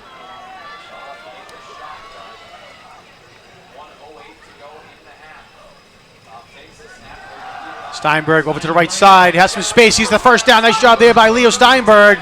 And he crosses midfield up to the Westwood 47-yard line. Looks like Quincy's going to go quick here. They already got the next play in. Goff is already in the huddle. Looks like they're going to try to go quick here. Make it the 48-yard line. And I would suspect if Quincy High gets another first down here fast, that they're going to burn a timeout. Steinberg again on the carry. No, excuse me, pass. And Goff is incomplete. Was looking over the right sideline for John Jordan. He was open, but just couldn't bring it in. Just thrown a little too high for him. Here I was ready to tell you there was a great catch by John Jordan, who also plays in the outfield in the summertime, and he dropped. Well, you still got the summertime. I was ready. Just like he does in the outfield, and he dropped it.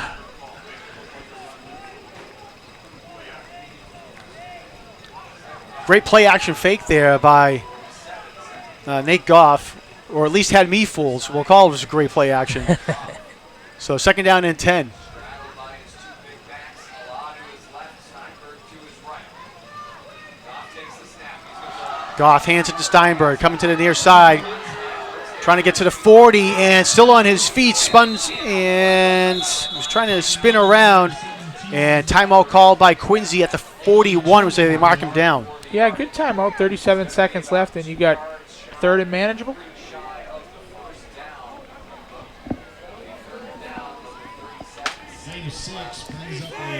Again, they spot the ball down at the 41-yard line. 37 seconds left to go here in the 2nd quarter.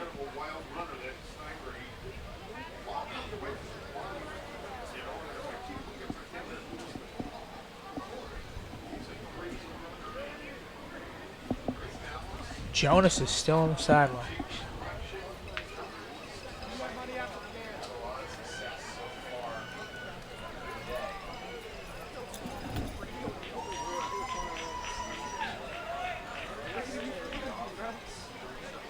And I think I just saw Cameron Lynch, the center, come off the field as well for Quincy. He's being looked at the sideline as well. He did. He did. They called for Wyatt Drinkwater to come in. Now you got to look for the center quarterback exchange, right? Got a guy who's been sitting on the sideline. He's going to come in. He's going to snap the ball. It's tough. See which Coach DeWitt draws up here for 3rd and 4, 3rd and 3. So he's going to take his full allotment of time here to look at the play sheet and get something in.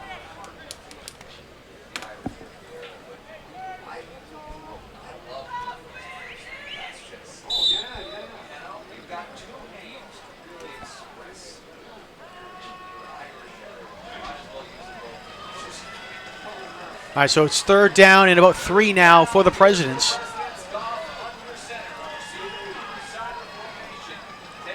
And it's confusion here on the play. Goff was looking for someone and no one was there. Jaden Francois got the handoff. You cannot come out of a timeout and do that.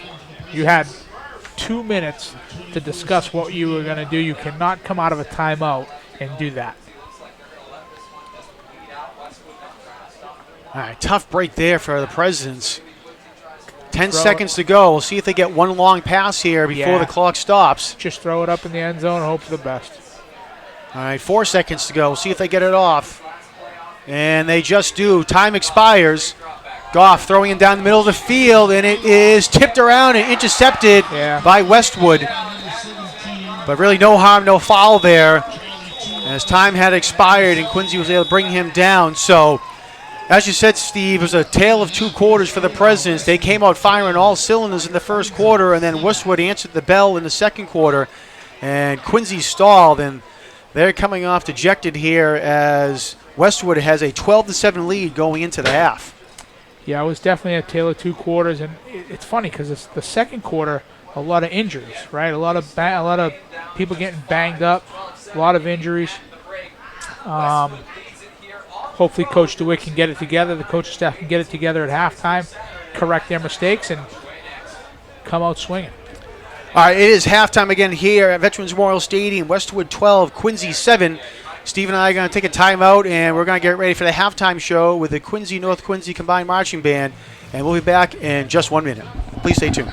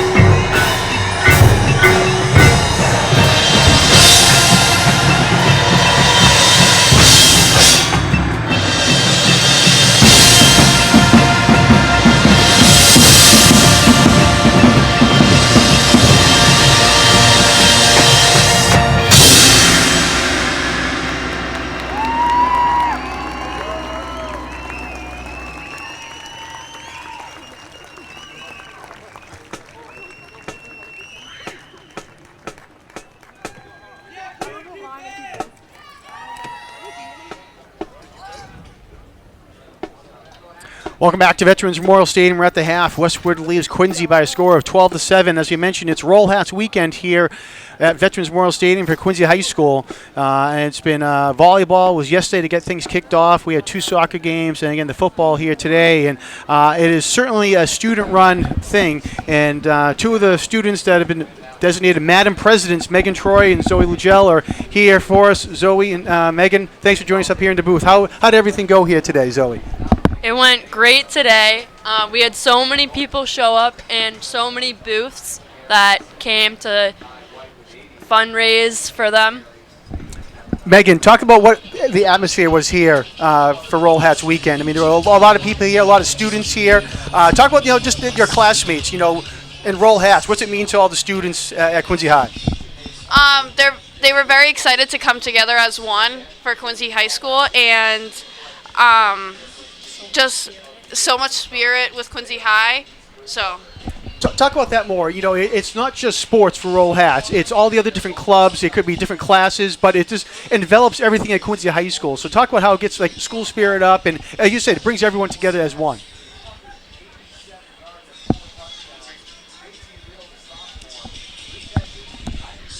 All the booths that were here, they're all just a bunch of people, but we all come together, and it's so cool that everyone can be part of something different, but yet still be together and get work together. Now, how was the atmosphere yesterday at the volleyball game? Was it a great student turnout? Everyone was excited for that? yes, very excited. Now, what else is happening for Roll Hats for the rest of the year? Is it just, getting the school spirit out there to encourage people to come out and participate? Obviously, they want to have more students and alumni and stuff like that. So what's going to be happening for the rest of Roll Hats? Salute the seniors. And Midnight Madness. And that's when they have basketball practice, first basketball practice of the season, and kids come up for all that? Yes. Excellent. All right, so what's one last thing you'd like to tell everyone in Quincy about Roll Hats, or Quincy High School and this whole weekend? What's it mean to you girls individually? Zoe, let's start with you. What's Roll Hats mean for you? I think it's a great thing for people to come out and support Quincy High. It gets everyone together, and everyone can show their spirit. Even the alums, they come out and they'll talk to me and Megan and tell us some great things that they experienced, and they love it. Megan, how about you? It's very great to see everyone come out and be a part of something so big. And it's especially I'm very happy to be working with Zoe during this journey, and I'm excited for more. All right, excellent. Well, Megan and Zoe, thank you for coming up to the booth, talk a little bit about Roll Hats. And should we get one last Roll Hats here for you girls? I know you've been doing it all day, so maybe one last big one here. So we're ready to go for it. Roll Hats! Woo! Perfect. Excellent. Thanks, girls. We should give credit. We talked about Scott Campbell earlier in the day as well, and Coach Bob Noble getting things going for Roll Hats. So credit to them as well to get things going. All right, well, with that, we're going to get right back into football action here as we're getting ready for kickoff. Should mention it was a great performance at the half with the Quincy North Quincy Combined Marching Band doing a great set there. And you can see on your screen number 1 for Quincy, Jaden Francois. He was not in the locker room, Steve. He was out there with the band playing, so it's been a heavy workload for Jaden. So great to see that. That's just something the girls were talking about. It brings the whole school together. It's not just one aspect. It's everything. And Jaden going back and forth doing double duty there. Yeah, so not only – and he's kicking off. And he's kicking off, exactly. So he gets no breaks whatsoever. And unfortunately, speaking of no breaks, it just does go out of bounds there at the 4-yard line. Looked like it was going to sneak in there, but it goes out of bounds. I mean, Francois made a bunch of plays in the first half, offensively and defensively. And then instead of going in and getting some water and getting coached up, he comes out and plays an instrument as part of one of the best bands in the state, if not the best band in the state. And then he's got to come out and kick right away. And it's not easy. All right, so with the kick out of bounds, Westwood has elected to take it at their own 35-yard line. Real quick, run down some stats for you. Nate Goff was 1 of 6 passing for 29 yards. Jaden Francois had 2 rushes for 10 yards. Alex Martinez had 1 rush for 6 yards. Leo Steinberg had 9 rushes for 61 yards. Nate Goff had 20 yards. And Jonas Ala had 34 yards rushing and a touchdown as well. All right, Westwood starts things quickly here as Holland finds his man down the right sideline. Charlie's Toole, and Toole will get all the way into Quincy territory, all the way up to the 26-yard line. A late flag is thrown as well. They came right out and ran that underneath route. Had him coming across the middle. Great pass by Holland. Great catch and run by Toole.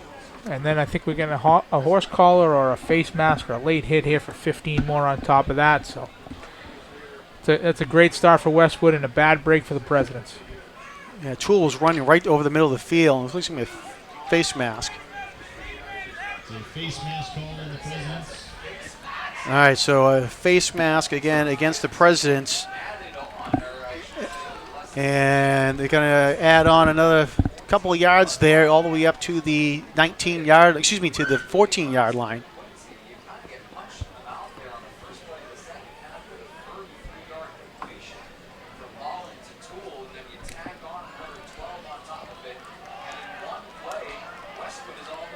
All right, so tough break here for the Presidents as Westwood is often going quickly. First and 10 for Westwood and the Presidents. I think the referee was asking the Quincy bench to stay back.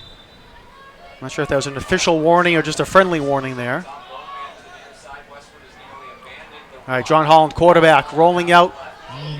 Still rolling. He's going to keep it himself here. Steinberg puts a hit on him, but he's able to stay up. Finally goes out of bounds at the 12-yard line. Looked like Steinberg was spying him the whole way. He was on him the whole entire time. And when Holland committed to running, it looks like Steinberg stepped up and knocked him out of bounds. It was a great play by Steinberg. All right, Westwood quickly comes to the line. 2nd down and 8 now. Wolverines looking to pass. Holland over the right side. Pass is complete in the middle of the field to Jaden Drayton. Dives in and touchdown, Wolverines. Drayton did a nice job there. Caught the ball around the 2-yard line and was able to fight his way forward with a dive into the end zone for the 6 points. Wow, Westwood did not waste any time. They came right out gunslinging.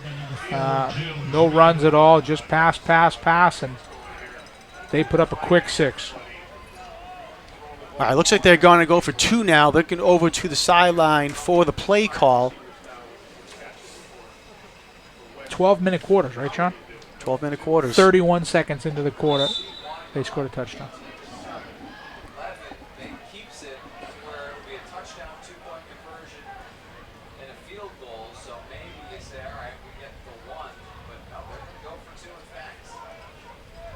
All right, sent a man in motion. Holland gives it to him. Passes complete, and nice job by the Presidents there. Great job by the Presidents pursuing that. Yeah, John Jordan coming up to make the tackle. Nice job. Pass was complete to Charlie Toole. He was in motion, but Jordan did a great job to come up there and make the tackle. And it will remain 18-7. 11:29 remaining in the third quarter.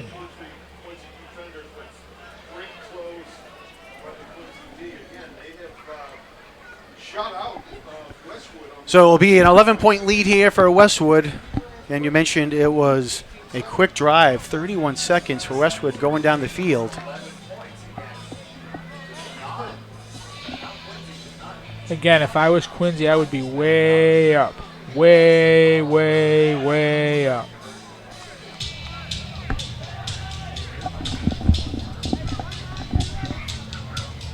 I move the second level to the 40, the third level to the 30, the next level to the 20, maybe even the 25. So all 3 kicks for Westwood have been short. They've been, purposely kicks. short. Correct, yes. All right, Thomas Warren again, short high kick. Fair catch. And fair Nice catch is job. called for. And Steve, that's one thing you mentioned earlier is Jordan catches the fair catch there, the center field fair catch.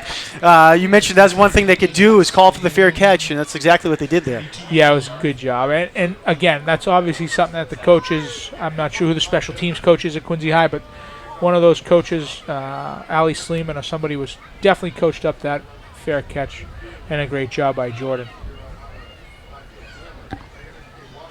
They spot the ball at the 32-yard line.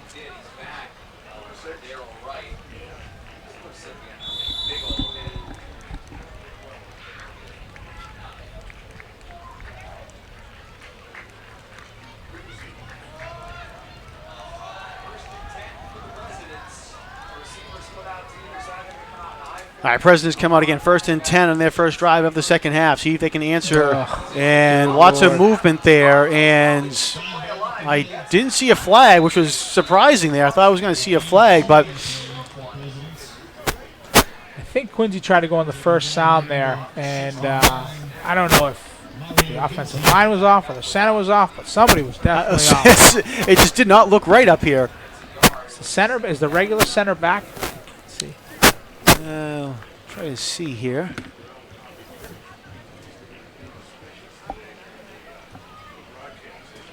I don't think so.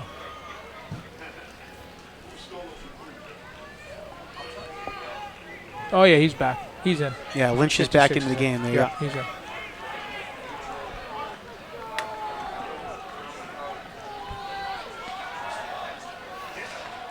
All right, gain of 1 on that last play. Goff now looking to pass, looking, fires over to his right side. It's intercepted by the Wolverines.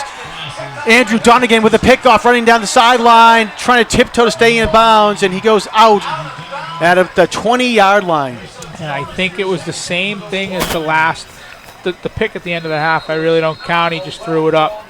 But I think it's just the same situation where he's looking at Francois, and that's all he's looking at. And it doesn't matter if there's 4 guys running the routes or 40 guys running the routes. He's looking at Francois, and that's where he's focused on. Maurice Donovan slow getting up for the Presidents. He was down the Westwood sideline for a little while, but he gets back up. He pushed a kid who picked the ball off. He pushed him out of bounds. He might have just fallen, hit his shoulder or his knee or something. But Westwood is going in again, John. They're on the 21-yard line, and they are on the move.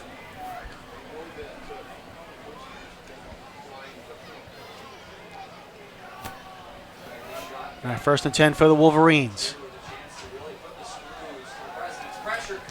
Lots of pressure here, and Holland keeps it himself, runs over the near sideline, trying to stay in bounds, and just gets pushed out.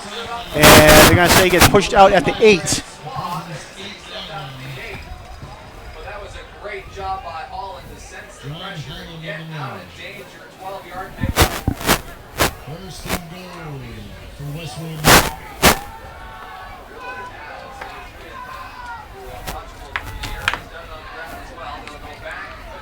Westwood, quick snap there, and nothing happening quickly there as Quincy was able to sniff out that play. They've been going quick all night, John. All night they've been trying to catch Quincy sleeping.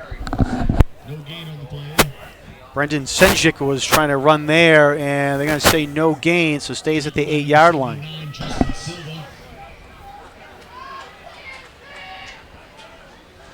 See if Quincy can hold these guys here.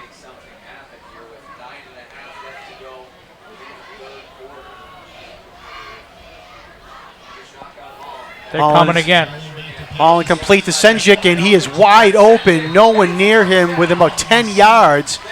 And Senjik goes in for the 6. Closest guy to him was the referee in the back of the end zone.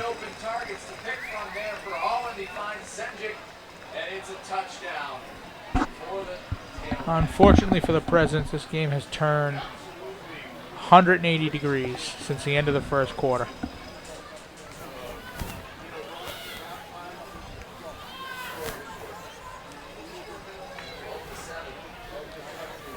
So another quick touchdown for Westwood as Thomas Warren comes up now for the extra point attempt. Kick is up, and it is good. So with 9:37 left to go here, Westwood will now take a 25-7 lead in the third quarter. If you're Quincy now, you can't get it all back at once. You can't get 14 points at once or 21 points at one time. You got to chip away, and you got to look at one score. You have to focus on this drive. You you got to focus on one score. And if that means you run the ball and you take 6 or 7 minutes off, then that's what happens. But you got to focus on one drive. You got to put up a score here. You got to get yourself back into it. All the momentum since the second quarter has been on the side of Westwood. So that's what they need right here. They need a good drive. They need to change the momentum and get back into this game. Like I said earlier, Coach DeWitt has the train on the tracks. We're not sure how fast it's going, but at least it's on the tracks, pointed in the right direction.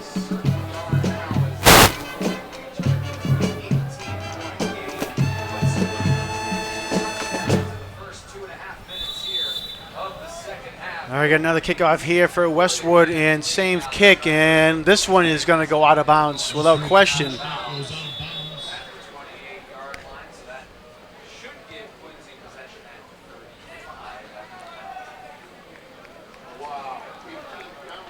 Do you think he can't reach that far, or do you think that's part of their game plan? You're just going to pooch it all night long? I think it's part of the game plan. I mean, it seems like it's... Free kick out of bounds on Westwood. Quincy has elected to take the ball at the 35-yard line. First down. Why would you give them the ball at the 35, though? Why would you give anybody the ball at the 35? I don't get it. But it seems like he's just coming up and, you know... He's not trying. Yeah, he's not doing a big kick, that's for sure. So I mean, that's a 9-iron, 100, maybe not even a 9-iron. That's a loft wedge about 75 yards out, and he's just putting it up in the air.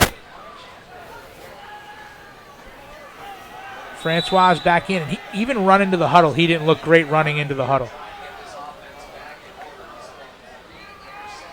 The other thing, too, is I know they're probably worried about Quincy returning if they kick it deep as well, because Yeah, they have some dangerous guys back there. So Francois is in the slot here. He just doesn't look good. All right, ball at the 35. Passes Double complete pass. over to John Jordan. Jordan looking downfield and incomplete. Was looking for Francois, and Jordan just couldn't get enough on it. He was being pressured by two men. And if he had had an extra second, it would have been a touchdown for the Presidents. I mean, he throws the ball nice from the outfield, John, but he's not a pitcher. He doesn't have two guys rushing at him in center field either. So Usually settling in, hitting his cut. Why not, though, right? You know, 25-7. Why not? Doesn't hurt. What's it hurt?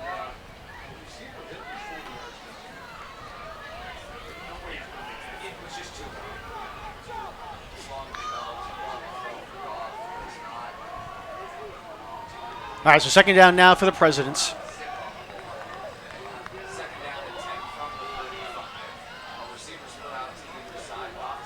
Play action fake. Goff looking downfield. Has Francois, and Francois trying to come back for it, and they say it's incomplete.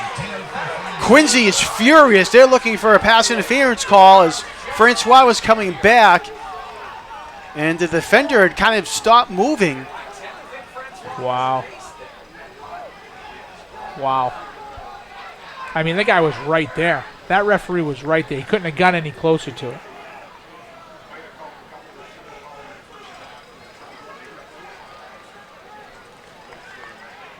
Third and 10 for Quincy.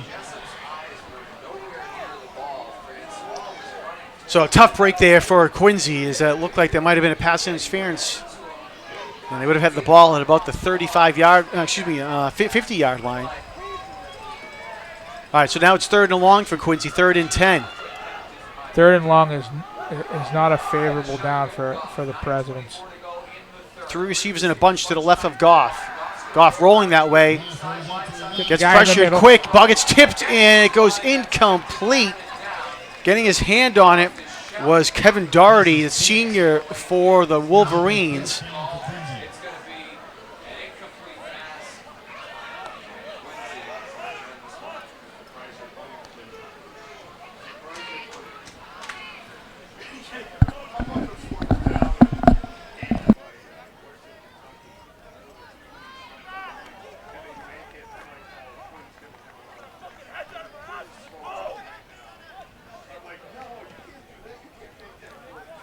All right, so Quincy forced a punt here. Ball at their own 35-yard line. Jaden Francois back to kick it away.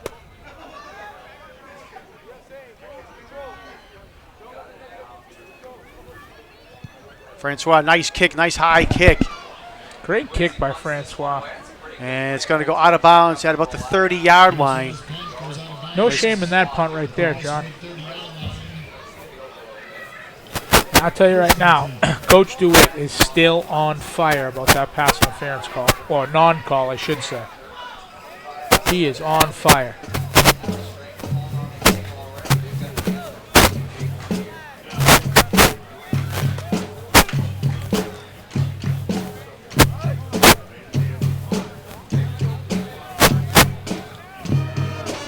Looks like a pleasant conversation.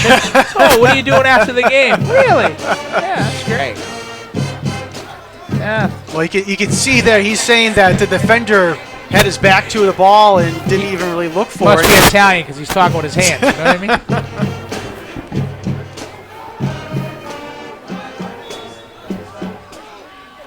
But no matter what, you got to go back and play again, and here we go. Quincy bringing some pressure again. Ball comes loose, Fumble. and Steinberg Scoop has and the ball. score He by picks it up, Steinberg. and Steinberg goes in for the touchdown. Leo Steinberg did a great job there. Stripped the ball away from quarterback John Holland, picked it up and runs it back for the touchdown. Great job by Steinberg, and that is exactly what the Presidents needed. That's exactly what the Presidents needed. They needed a momentum turn. Great job by Steinberg. The defensive coordinator drew up a plan to bring some pressure.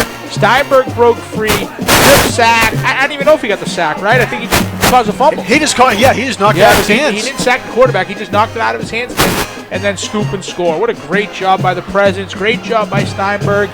And the Presidents are breathing some life again. Now on the other side, head coach for the Wolverines, Brad Kendall, is saying his arm was moving forward, but it was a great job there by Steinberg. And right after the touchdown call, the official looked towards the Westwood sideline and said his hand was just still when the ball was knocked loose. So great job there by Steinberg, and hopefully you'll get the momentum going here in the favor of the white and blue. President's going for 2 here to make it 10. All right, Goff under center now for the Presidents. Play action fake, rolling out, fires in, is incomplete, was looking for Francois, but it got knocked away right at the goal line. Okay, So- well, listen. 7 is you needed 7 on the last drive. You didn't get it, but that's just as good. So you got your 7 points. You're back in the game. You're down 12, right? You're still 2 scores away, but you're there now. We've seen 3 touchdowns in the first 3 minutes of the second half. As we have found ourselves very entertaining ball game here on a All right, so 8:58 left to go here in the third quarter, and Quincy trying to get things going in their favor now. They trail 25-13. Now, do we onside kick? Do we kick it deep? What do you got to lose? Saw Coach Sleeman, Ali Sleeman, who looks like he's in charge of the special teams. I saw him out there talking to Francois. Francois is the kicker. What are we going to do here? Got nothing to lose, John. You got nothing to lose.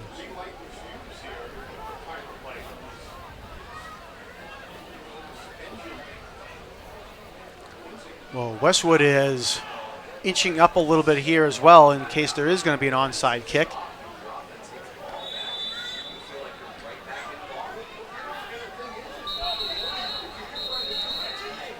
Timeout. And No. Oh, sideline warning. Back it up. so yeah, the side judge on Westwood Back it up. said move back. Cheaters. And Francois, and they do try the onside kick. It goes 10 yards, and it was a nice job there by Westwood. Great try. Westwood Great try did- by the Presidents. I like it. Kellen McDonald, did a great job there. Fielded that ground ball. And Westwood will take over on their own 48. I'm gonna look up the Westwood Legion baseball roster right now to see if he plays on the team.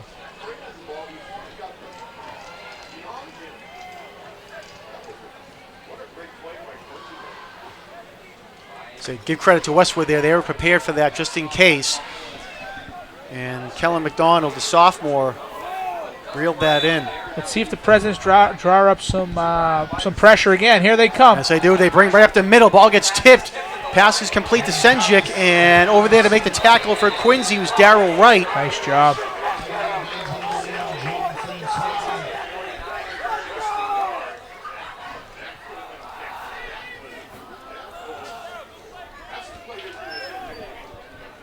Brendan Senjik again on the reception there for the Wolverines. Only a gain of 1.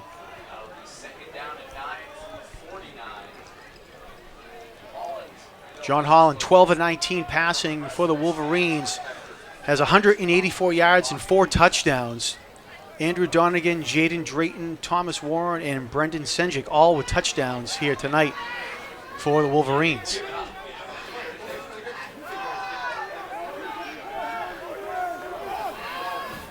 All right, Senjik with the handoff over to the left side, crosses midfield, and he'll get up to about the President's 45-yard line. Justin Silva just missed him for a tackle at the line of scrimmage. Just missed him by a shoestring. Third and about 4 now for Westwood. They come to the line quickly as they've done all game. Holland pass down the middle of the field, and it is incomplete. Was looking for Charlie Toole. I was waiting for the flag to come out, John. If you want to see Coach DeWitt get thrown out of a game, I was waiting for the flag there. 4th and 4, they're up 12. This is interesting. This is going to be an interesting call here. They're going for it. There's a nice play there by Gavin O'Hare, the sophomore for the Presidents, to get that ball out of the way. This is a major league down right there. It was just did get turned around. All right, as you said, 4th down. Wolverines looking to go for it. Watch out for Warren. That's their guy. Looking down the middle of the field, and it's complete to Warren. And Warren with a big first down there. As you said, Steve, they were actually that's number 17, Charlie Toole. Excuse me. Toole's had a nice game here as well. So Toole with the completion, and they're going to mark him down at the 28. That was a huge call. That was a gutsy call, and it paid off for them. 18-yard gain there for the Wolverines on 4th down.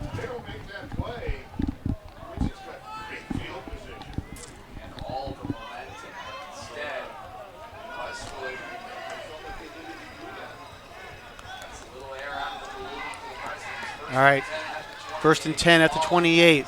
Senjik with the ball, and he goes nowhere quickly. Nice job there by the Presidents. Come up there and make the tackle. Nice job. Nice job by the Presidents there, stopping him at the line of scrimmage, actually for a loss of 2. Nice job. Gabriel Oliveria, on the stop there for the Presidents, leading the charge.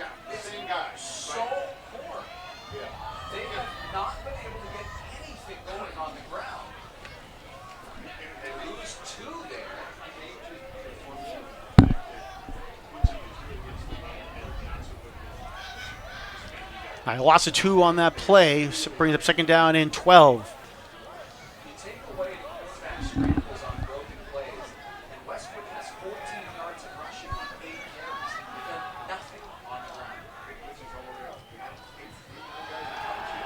Looking Here he comes again. And it's complete over to the left side, complete at the 20-yard line, and gets pushed out of bounds at the 20. Where's number 13, Thomas Warren? 3rd and short.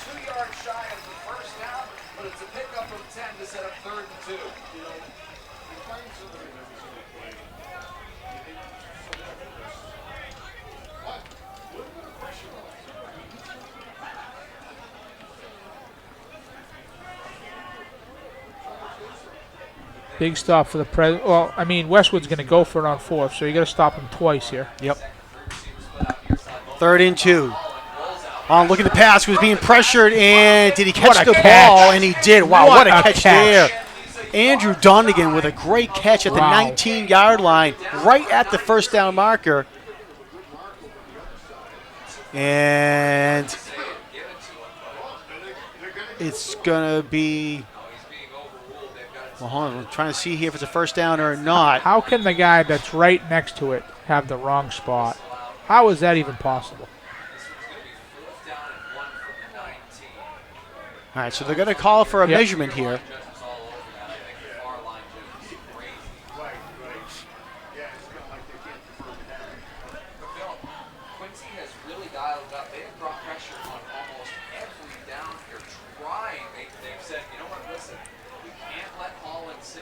They needed to get to the 18-yard line, and we'll see if they give it to him or not. And Fourth down. looks like we just shy. Fourth and a quarterback sneak. Oh, wow, look at that.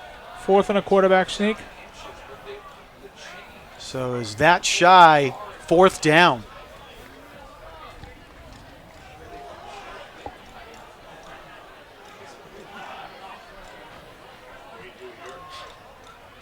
You see cameraman Ryan McWade coming off the field there trying to get that shot for us. Or not trying, did get the shot for us, I should say.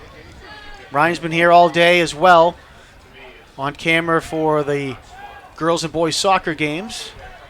QATV's Chris Potter has been here since 9 o'clock as well, getting things set up and engineering in the truck.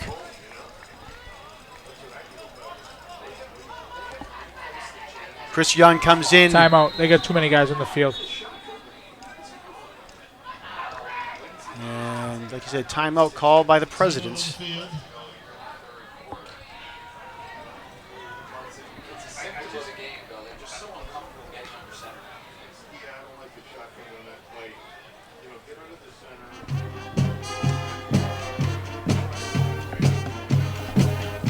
I mean, Quincy has Braintree next week.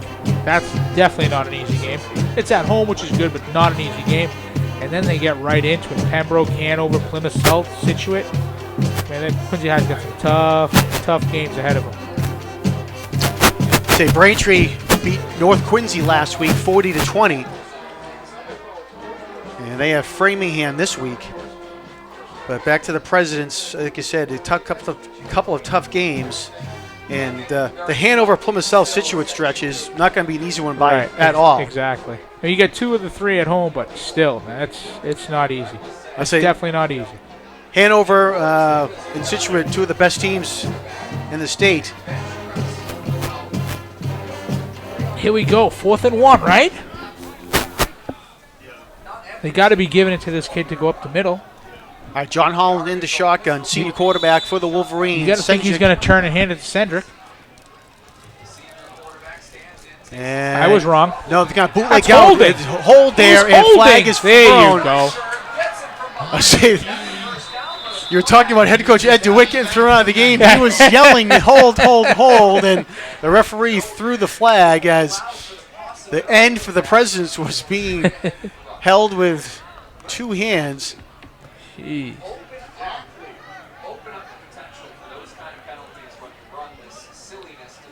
So the bootleg there. As we Holding, get the hold. offense, 10-yard penalty, replay, 4th down. So we go from 4th and 1 to 4th and 11. Wow. Wow. So Quincy gets a break there. You got to circle 17 and 13, right? Warren and Toole. This could be exactly what the Presidents need, a turnover on downs right here. All right, Warren at the top of your screen, so is Toole. Holland looking, goes down the middle of the field, passes complete at the 19-yard line, and we'll see if they give it to him or turnover not. on downs. And a late flag thrown here as well. Pass was complete to Toole. Now the far side judges has him down at about the 17-yard line. We'll see what the flag is as well.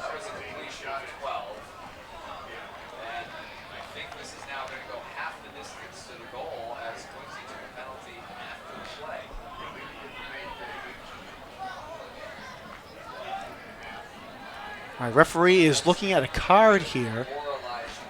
We've seen him look at a card a couple times before with unsportsmanlike conduct calls. So they got the first down. They got the first down at the 8.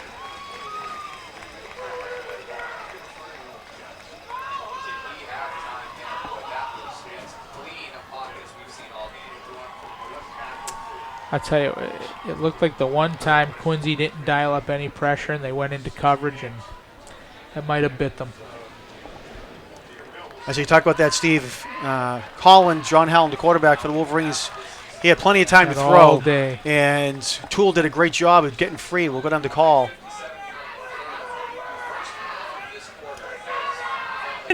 half the distance to the goal. First down. All right, so it wasn't unsportsmanlike conduct against Quincy.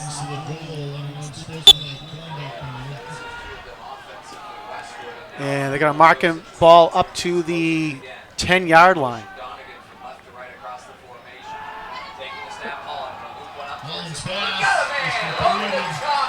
Pass complete in the end zone for the touchdown to Charlie Toole. Easy pitching catch.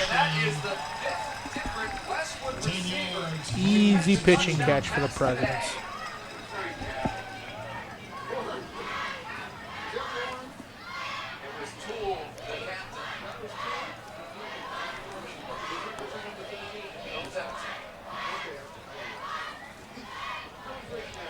All right, Charlie Toole with a touchdown catch there for the Wolverines, and it's now 31-13 as they line up for the extra point attempt. Kick is up and it is good. So 5:44 left to go here in the third quarter, and Westwood now leads 32-13. That momentum that you had after the strip sack or the strip for scoop and score, you just gave it right back. It's too bad. The fourth down penalty, what made it 4th and 11. You had a lot of things that drive that could have went your way and tried to go your way, just couldn't get over the hump and get it done. 8 plays for 52 yards in 3 minutes and 13 seconds for the Wolverines.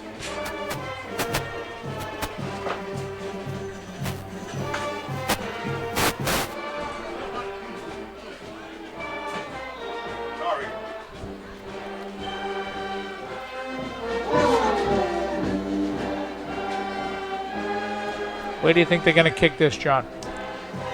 Well, I guess they're going to do the same thing. I mean, they have. What are they so far back for? Go to the other side this time. All right, caught by Francois, who is playing up this time. Francois caught it at the 30, and we'll get up to about the 42-yard line. Westwood's kick returned by number 1, Jaden Francois. It'll be 1st and 10 for the Presidents from their own 41-yard. They need to score, and they need to score fast. Now, John, you said at the beginning that the first-year roll hats, we saw a 49-42 or whatever the score was. 48-46, yeah. We're on our way. Yeah, I know, right? At least one half of the bill is keeping up. They spot Francois down at the 41-yard line. So that's where the Presidents still take over. 1st and 10, 5:40 to go in the third quarter. Pass over to Francois, wide receiver screen, trying to make something happen there. Got hit big, but Francois falls forward. Was hit big there by Murphy O'Malley, the junior, for the Wolverines. Good football play all around. Good call by the coach. Good execution, good tackle, good football play all around. There's a gain of 5 on the play, brings up a 2nd and 5 for the Presidents. Spot Francois down at the 46-yard line. Westwood scored 20 points in this quarter, and there's still 5 minutes left.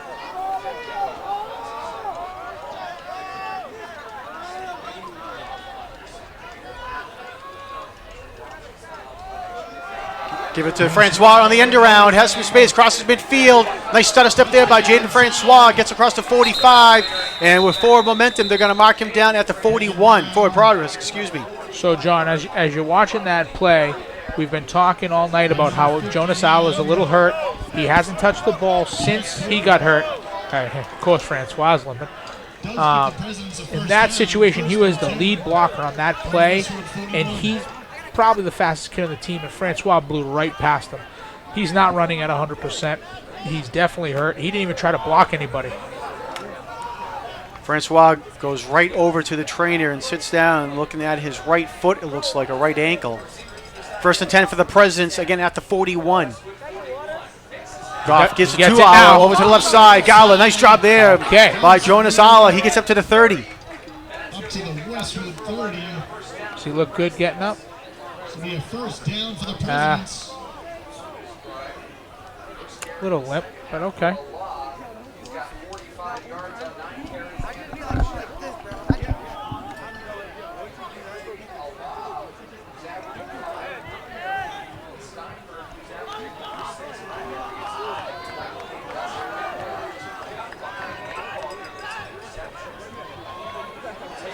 All right, 1st and 10 for Presidents, again at the 30-yard line. 3:45 to go here in the third. Aller again over to the left side. Stays on his feet. Nice job there by Great Jonas run Aller. by Gets up to the Jonas. 25, maybe to the 24. We'll see where they mark him down. What a tremendous run by Jonas.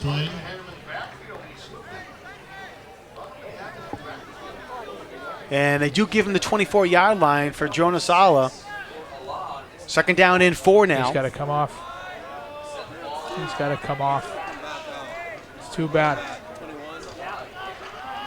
All right, so he comes off, and coming in his spot is John Jordan.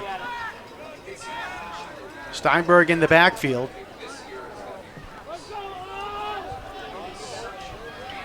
Trips receivers to the right there, all bunched up of Goff. Pitch over to Steinberg. Over the right side, was trying to break free, and he's going to get met by a host there of tacklers. Still fighting his way forward. You can see getting up at the bottom pile, John Jordan, who was helping push some Wolverines there as well. Great job. And they're going to mark him down all the way up to the 14-yard line. Quincy's run game is very, very good tonight. Very, very good. Them big horses up front are really working.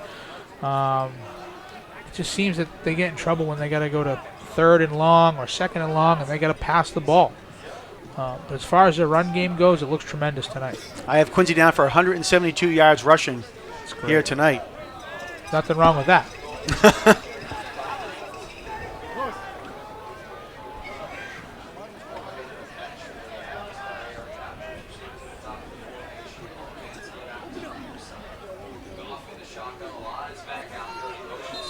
Going to send a man in motion, but a flag is thrown. And it looks like it's going to be a false start against the Presidents.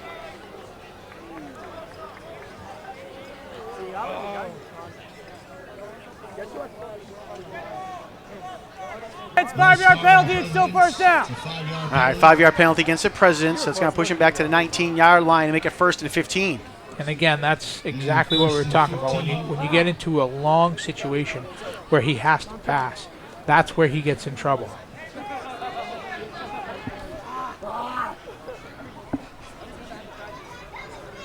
Chain's got to move forward, not backwards.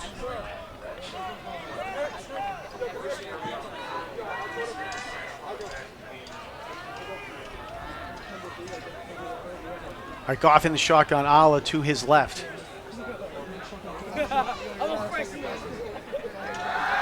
Goff looking to pass. He has to get pressure out of the pocket, looking into the end zone for Francois. He goes up for it, and he is incomplete. Great play. Great play by Drayton to break that up. Jaden Drayton, number 4 there on the breakup for the Wolverines, like you said.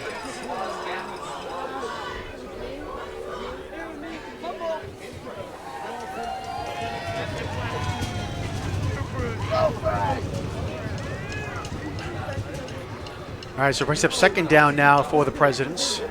1:36 to go.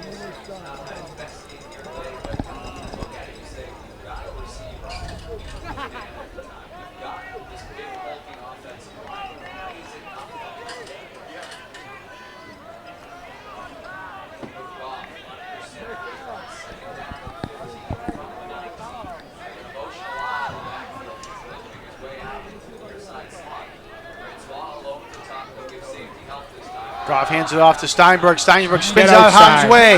Get over to the left outside. side now. Jumps over. Receiver still on his feet at the 10-yard line. What a play there by Leo Steinberg. Up to the 10-yard line, and another late flag is thrown as well. Man, what an effort by Steinberg. What an unbelievable effort by Steinberg. All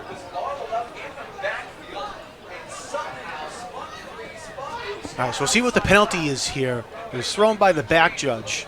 How effective is Jonas Aller? He really can't even walk. You might have to shut him down unless you absolutely positively need it.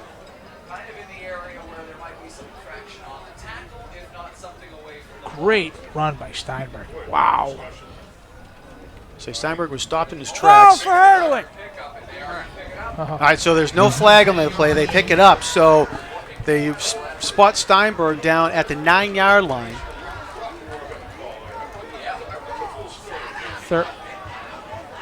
Third and 5. Yeah, 3rd and 5 it is. Again, at the 9-yard line. You know you're at a Quincy High game when the fans get rowdy. That's how you know you're at Veterans Memorial Stadium. Every call that doesn't go your way, the guy's a jerk. That's how you know you're here. Burning 5 for the Presidents.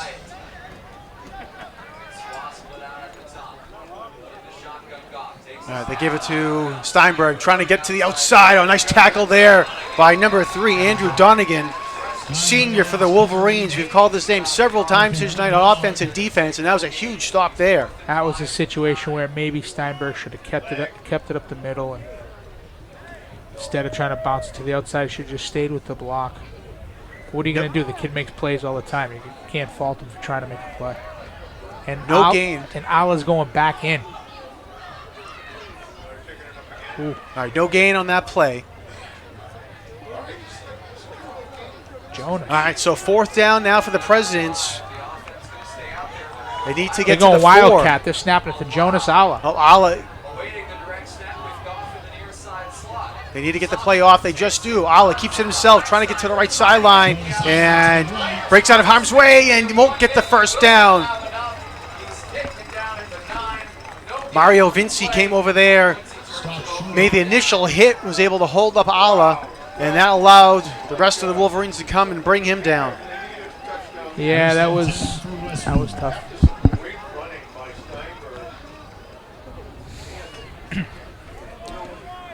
So credit to the Wolverines. They're able to hold the Presidents there on 4th down. And they spot the ball at the 9-yard line, so no gain even on that last play.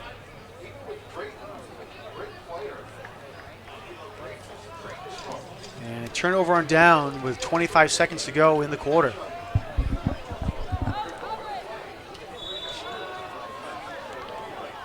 All right, John Holland comes out.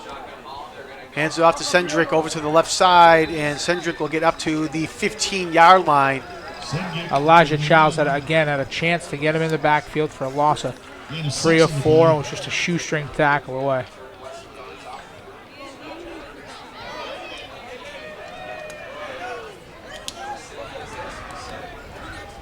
And Westwood is going to let the clock run out here in the 3rd quarter.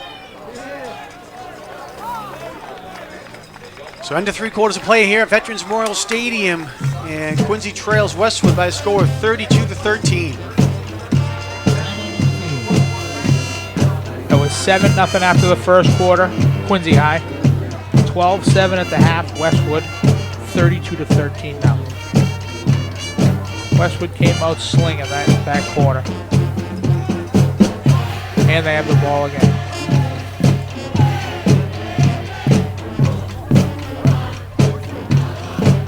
Scott Campbell ruining the shot.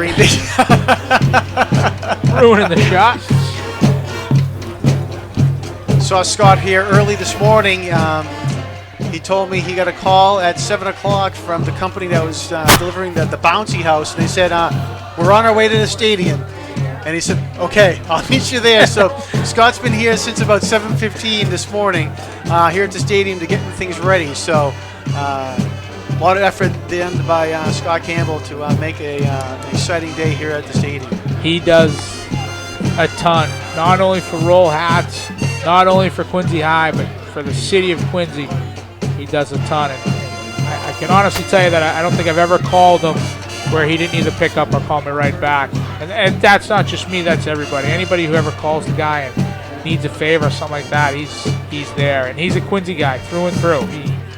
I mean, he bleeds blue for sure, so he definitely might have ruined the shot, but he's all right with me.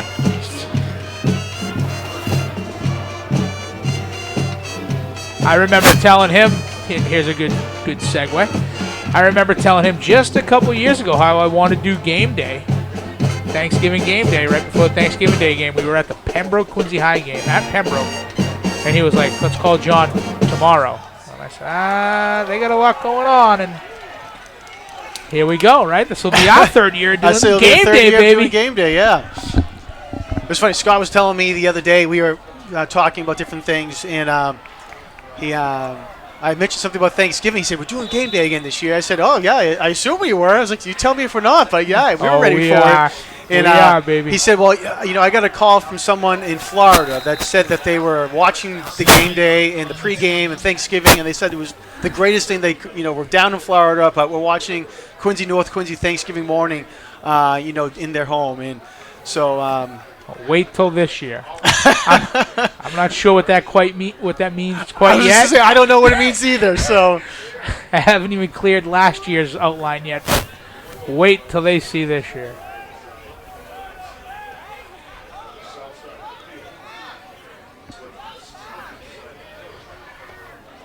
all right, with that last play, they got to the 19-yard line, so it's a first down for Westwood. Holland looking down the far sideline and incomplete. Had a man open, but he overthrew him by about 10 yards there. Charlie Toole was able to get away from the defender. Great ball by Holland, man. The kid's got a tremendous arm. He can throw it. He can sling it for sure. Ends up a 2nd and 10.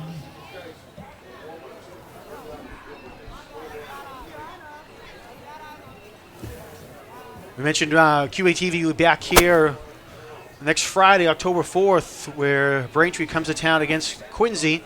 Then Friday, October 11th, we'll be here at the stadium for Plymouth South versus North Quincy. Thursday, October 17th, Hanover versus Quincy. And Friday, October 18th, Pembroke versus North Quincy. So a lot of football action coming up here on Fridays and a Thursday in there as well. Handoff goes to number 25, Brendan Senjik. And I think he's going to get a gain of 1 on the play up to the 20-yard line.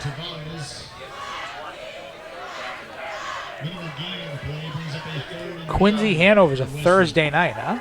Thursday night. Wow.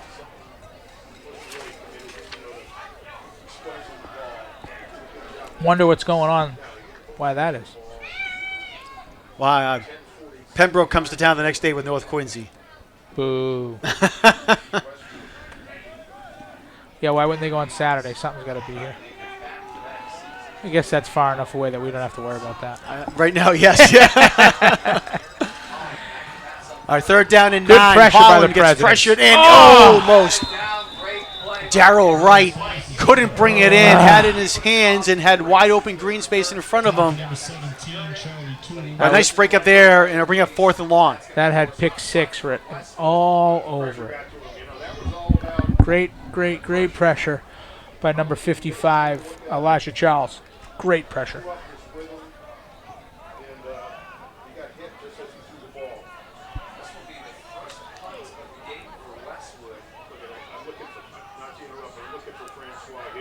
All right, Thomas Warren will kick it away for the Wolverines, their first punt here tonight.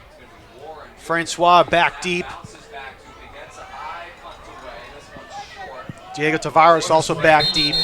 And neither will have a chance to return. Goes out of bounds right at midfield, so that's where the Presidents will have it.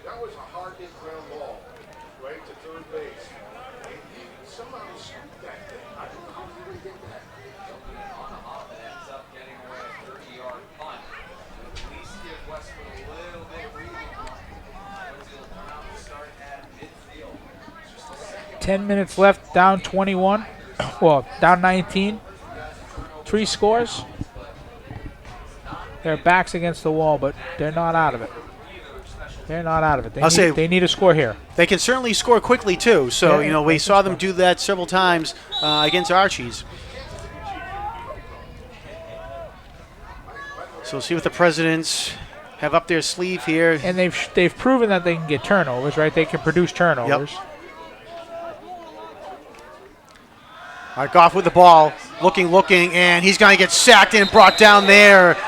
Mario Vinci, the senior captain, one of the senior captains for the Wolverines, brings down Goff, and Goff is now slow to get up.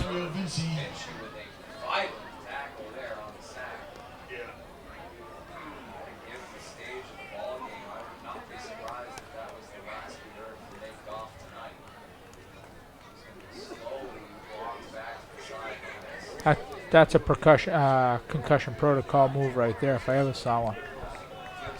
Yeah, he got, I don't want to say whipped down, but he got brought down hard, and they're actually bringing him right into the locker room. So sad to see that there, but Quincy comes back out, and coming in now at quarterback for the Presidents is number 12, John Jordan, senior. Senior left fielder.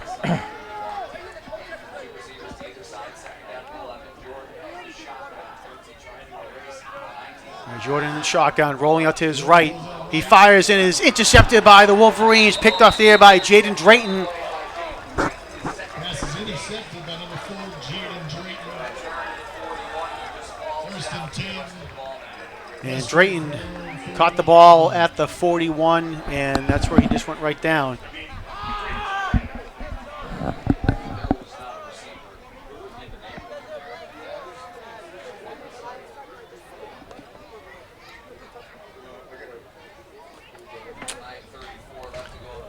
All right, so tough break there for the Presidents as Goff goes down, and then the interception thrown on the next play there, and Westwood now has it at the 41-yard line.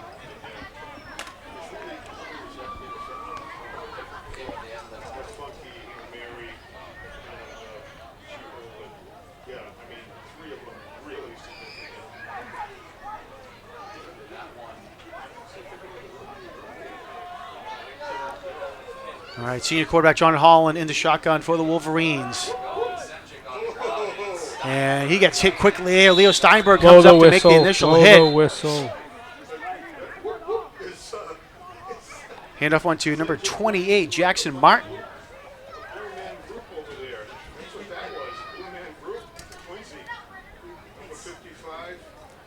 And they're going to say a loss of 1 on the play there. As I think it's the first time we've called Martin's name here tonight. It's Elijah Charles, the senior, getting in on the action there.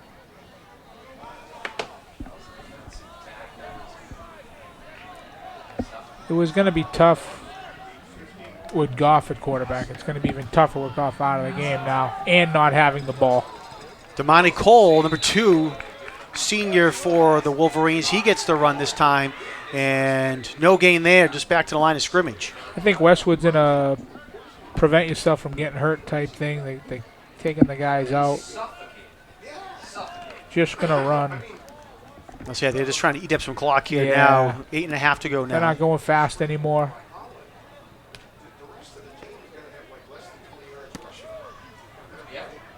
Right here in the second half, Senchik has been able to muster 15 yards. So when you look over his totals, he's got 12. Holland lets the play clock go all the way down. Pass is complete there at midfield. Nice catch.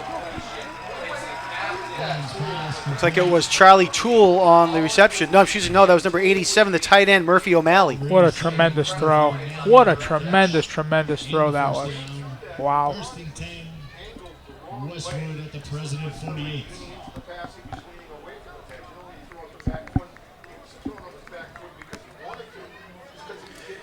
It was a first down right at the first down marker was O'Malley. He got popped there by Francois as well, and he held on to it.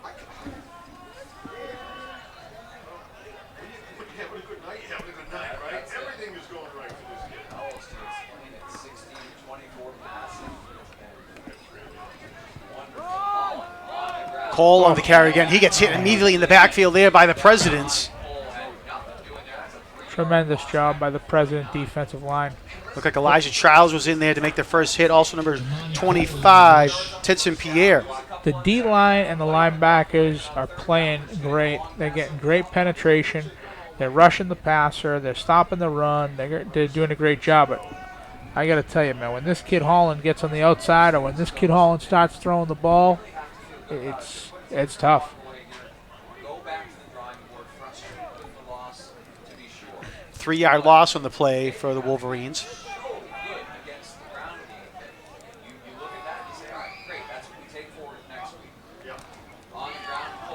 Quarterback. And Holland keeps it himself. Oh, nice tackle there by Leo Steinberg. Steinberg came in and tripped up John Holland. Great job by Steinberg. Great job. And they're going to say no gain, back to the line of scrimmage. Looked like Kid's a player, man. Thought he'd been tackled behind the line of scrimmage there, but nonetheless, great play by Leo Steinberg. Brings up third down. Yeah, the kid's a player.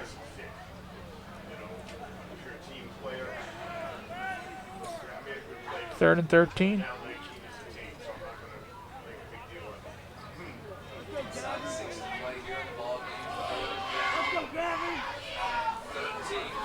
All in play action fake. Pressured and passes complete over to Andrew Donegan. Donegan will get up to the 45-yard line, make it the 44. Francois with a big tackle right there. That kid was gone.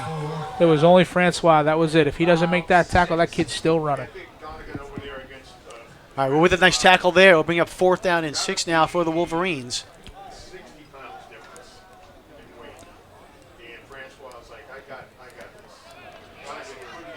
They're going to punt.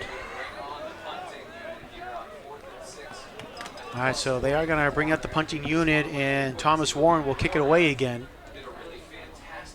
Diego Tavares back deep, as well as Jaden Francois.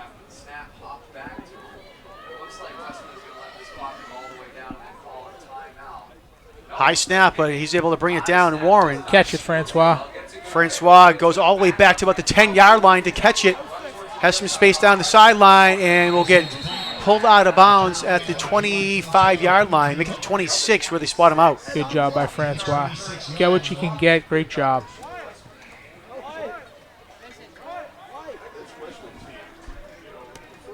First and 10, Quincy with 4:44 in the fourth quarter.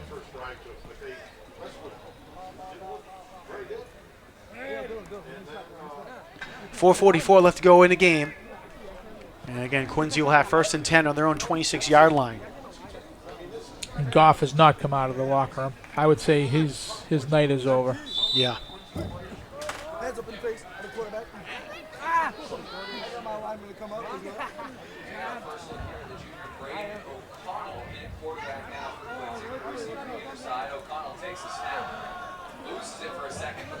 All right, in a quarterback for Quincy High School was Braden O'Connell. Jonas with the carry. I don't know if that's the smartest thing at this point in time to be running him, especially when he's hurt. Why not just give him I mean, he's coming off again limping. Why risk anything? Put some ice on it, kid.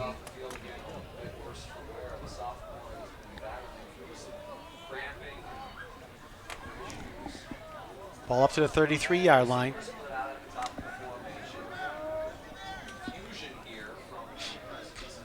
Quincy resets to position. Connell looking, lots of time. Nice blocking here. He has to roll out now.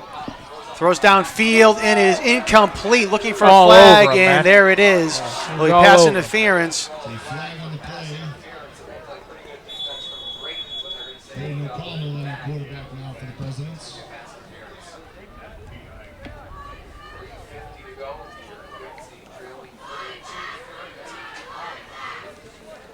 Interference, defense, it's a 15-yard penalty. The result of enforcement to first down. All right, so it's 15 yards from the previous spot.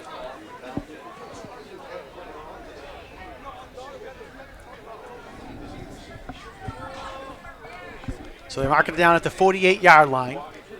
Under 4 minutes to go now in the game.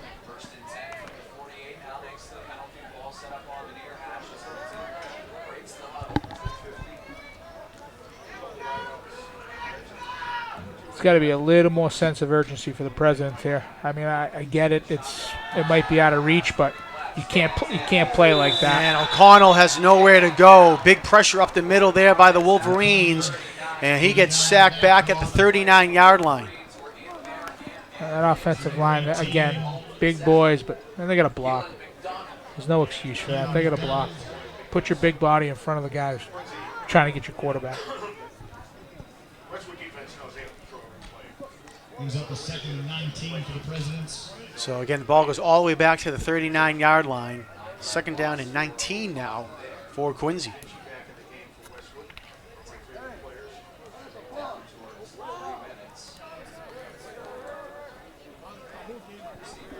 Again, Braden O'Connell, the junior,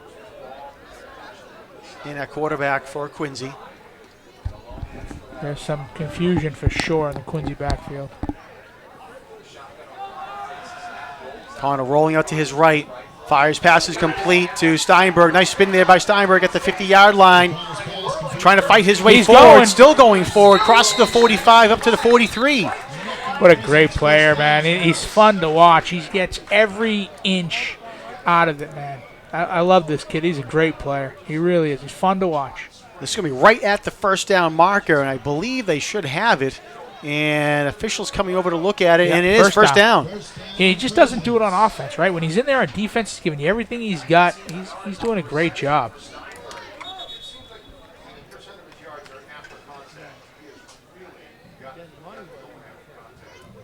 And the officials stopped the clock. And okay, now they're getting the chains moved there. So it is a first down. 2.5 to go now here in the game. O'Connell rolling out, gets pressured, almost lost the ball, and he's going to get sacked. We'll see where they stop the forward progress, the 49-yard line.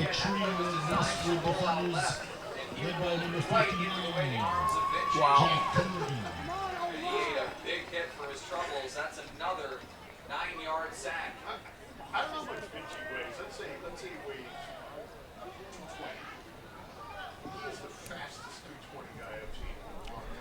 So tough break there for Quincy as another big sack there. Brings up another second down and 19.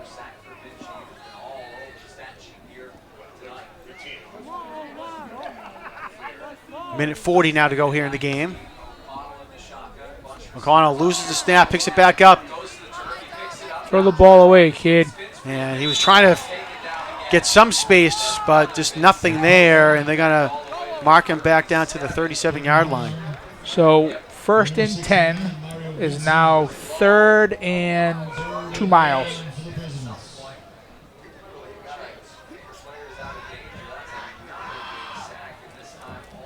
All right, so again, ball goes back to the 37-yard line for the Presidents.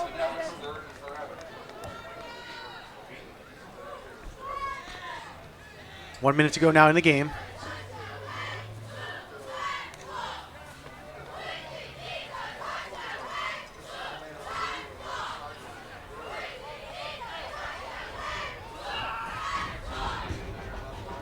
McConnell in the shotgun. Good idea. He rolls out. He's going to run it himself. Has some space here. Gets across midfield. And will finally get brought up to another. There's no need for that, kid. And big late hit there.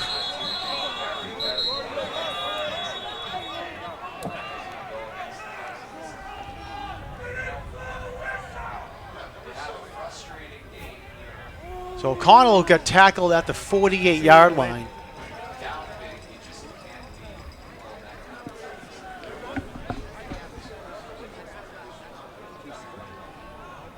No need for that. There's absolutely no need for that. The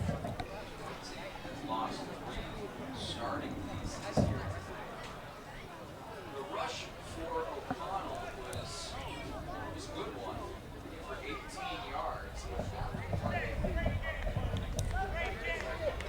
Cancel 15 of the 18. That's okay. All right. Personal foul, late hit, offense is a 15-yard penalty. Replay. Third down. No, far. It's 4th down. It's a dead ball. 4th down. All right, so you heard there was a dead ball foul. Oh, boy. So it brings up 4th down now. And actually, they'll get the clock running here in just a second. Exactly. Ball goes back to the 37-yard line. Very likely to be seen. Yeah, for sure. 4th and forever here. 28 is what they're saying on the scoreboard.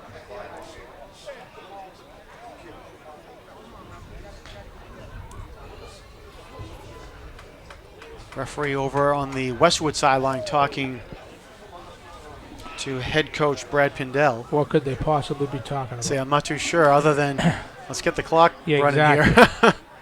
What could they possibly be talking about?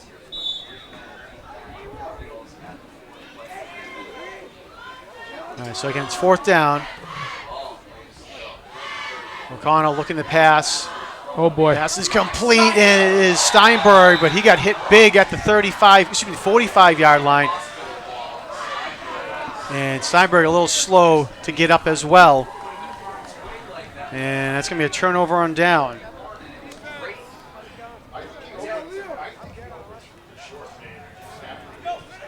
First and 10 for Westwood.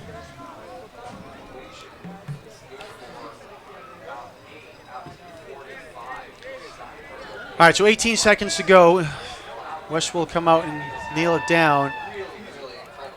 Steinberg seems to be okay. He's staying in the game, so that's good to see. You think they're going to come out and kneel it.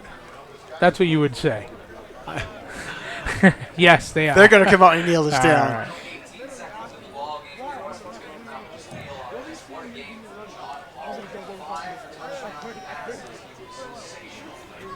Right. In a bad night, Steinberg was unbelievable.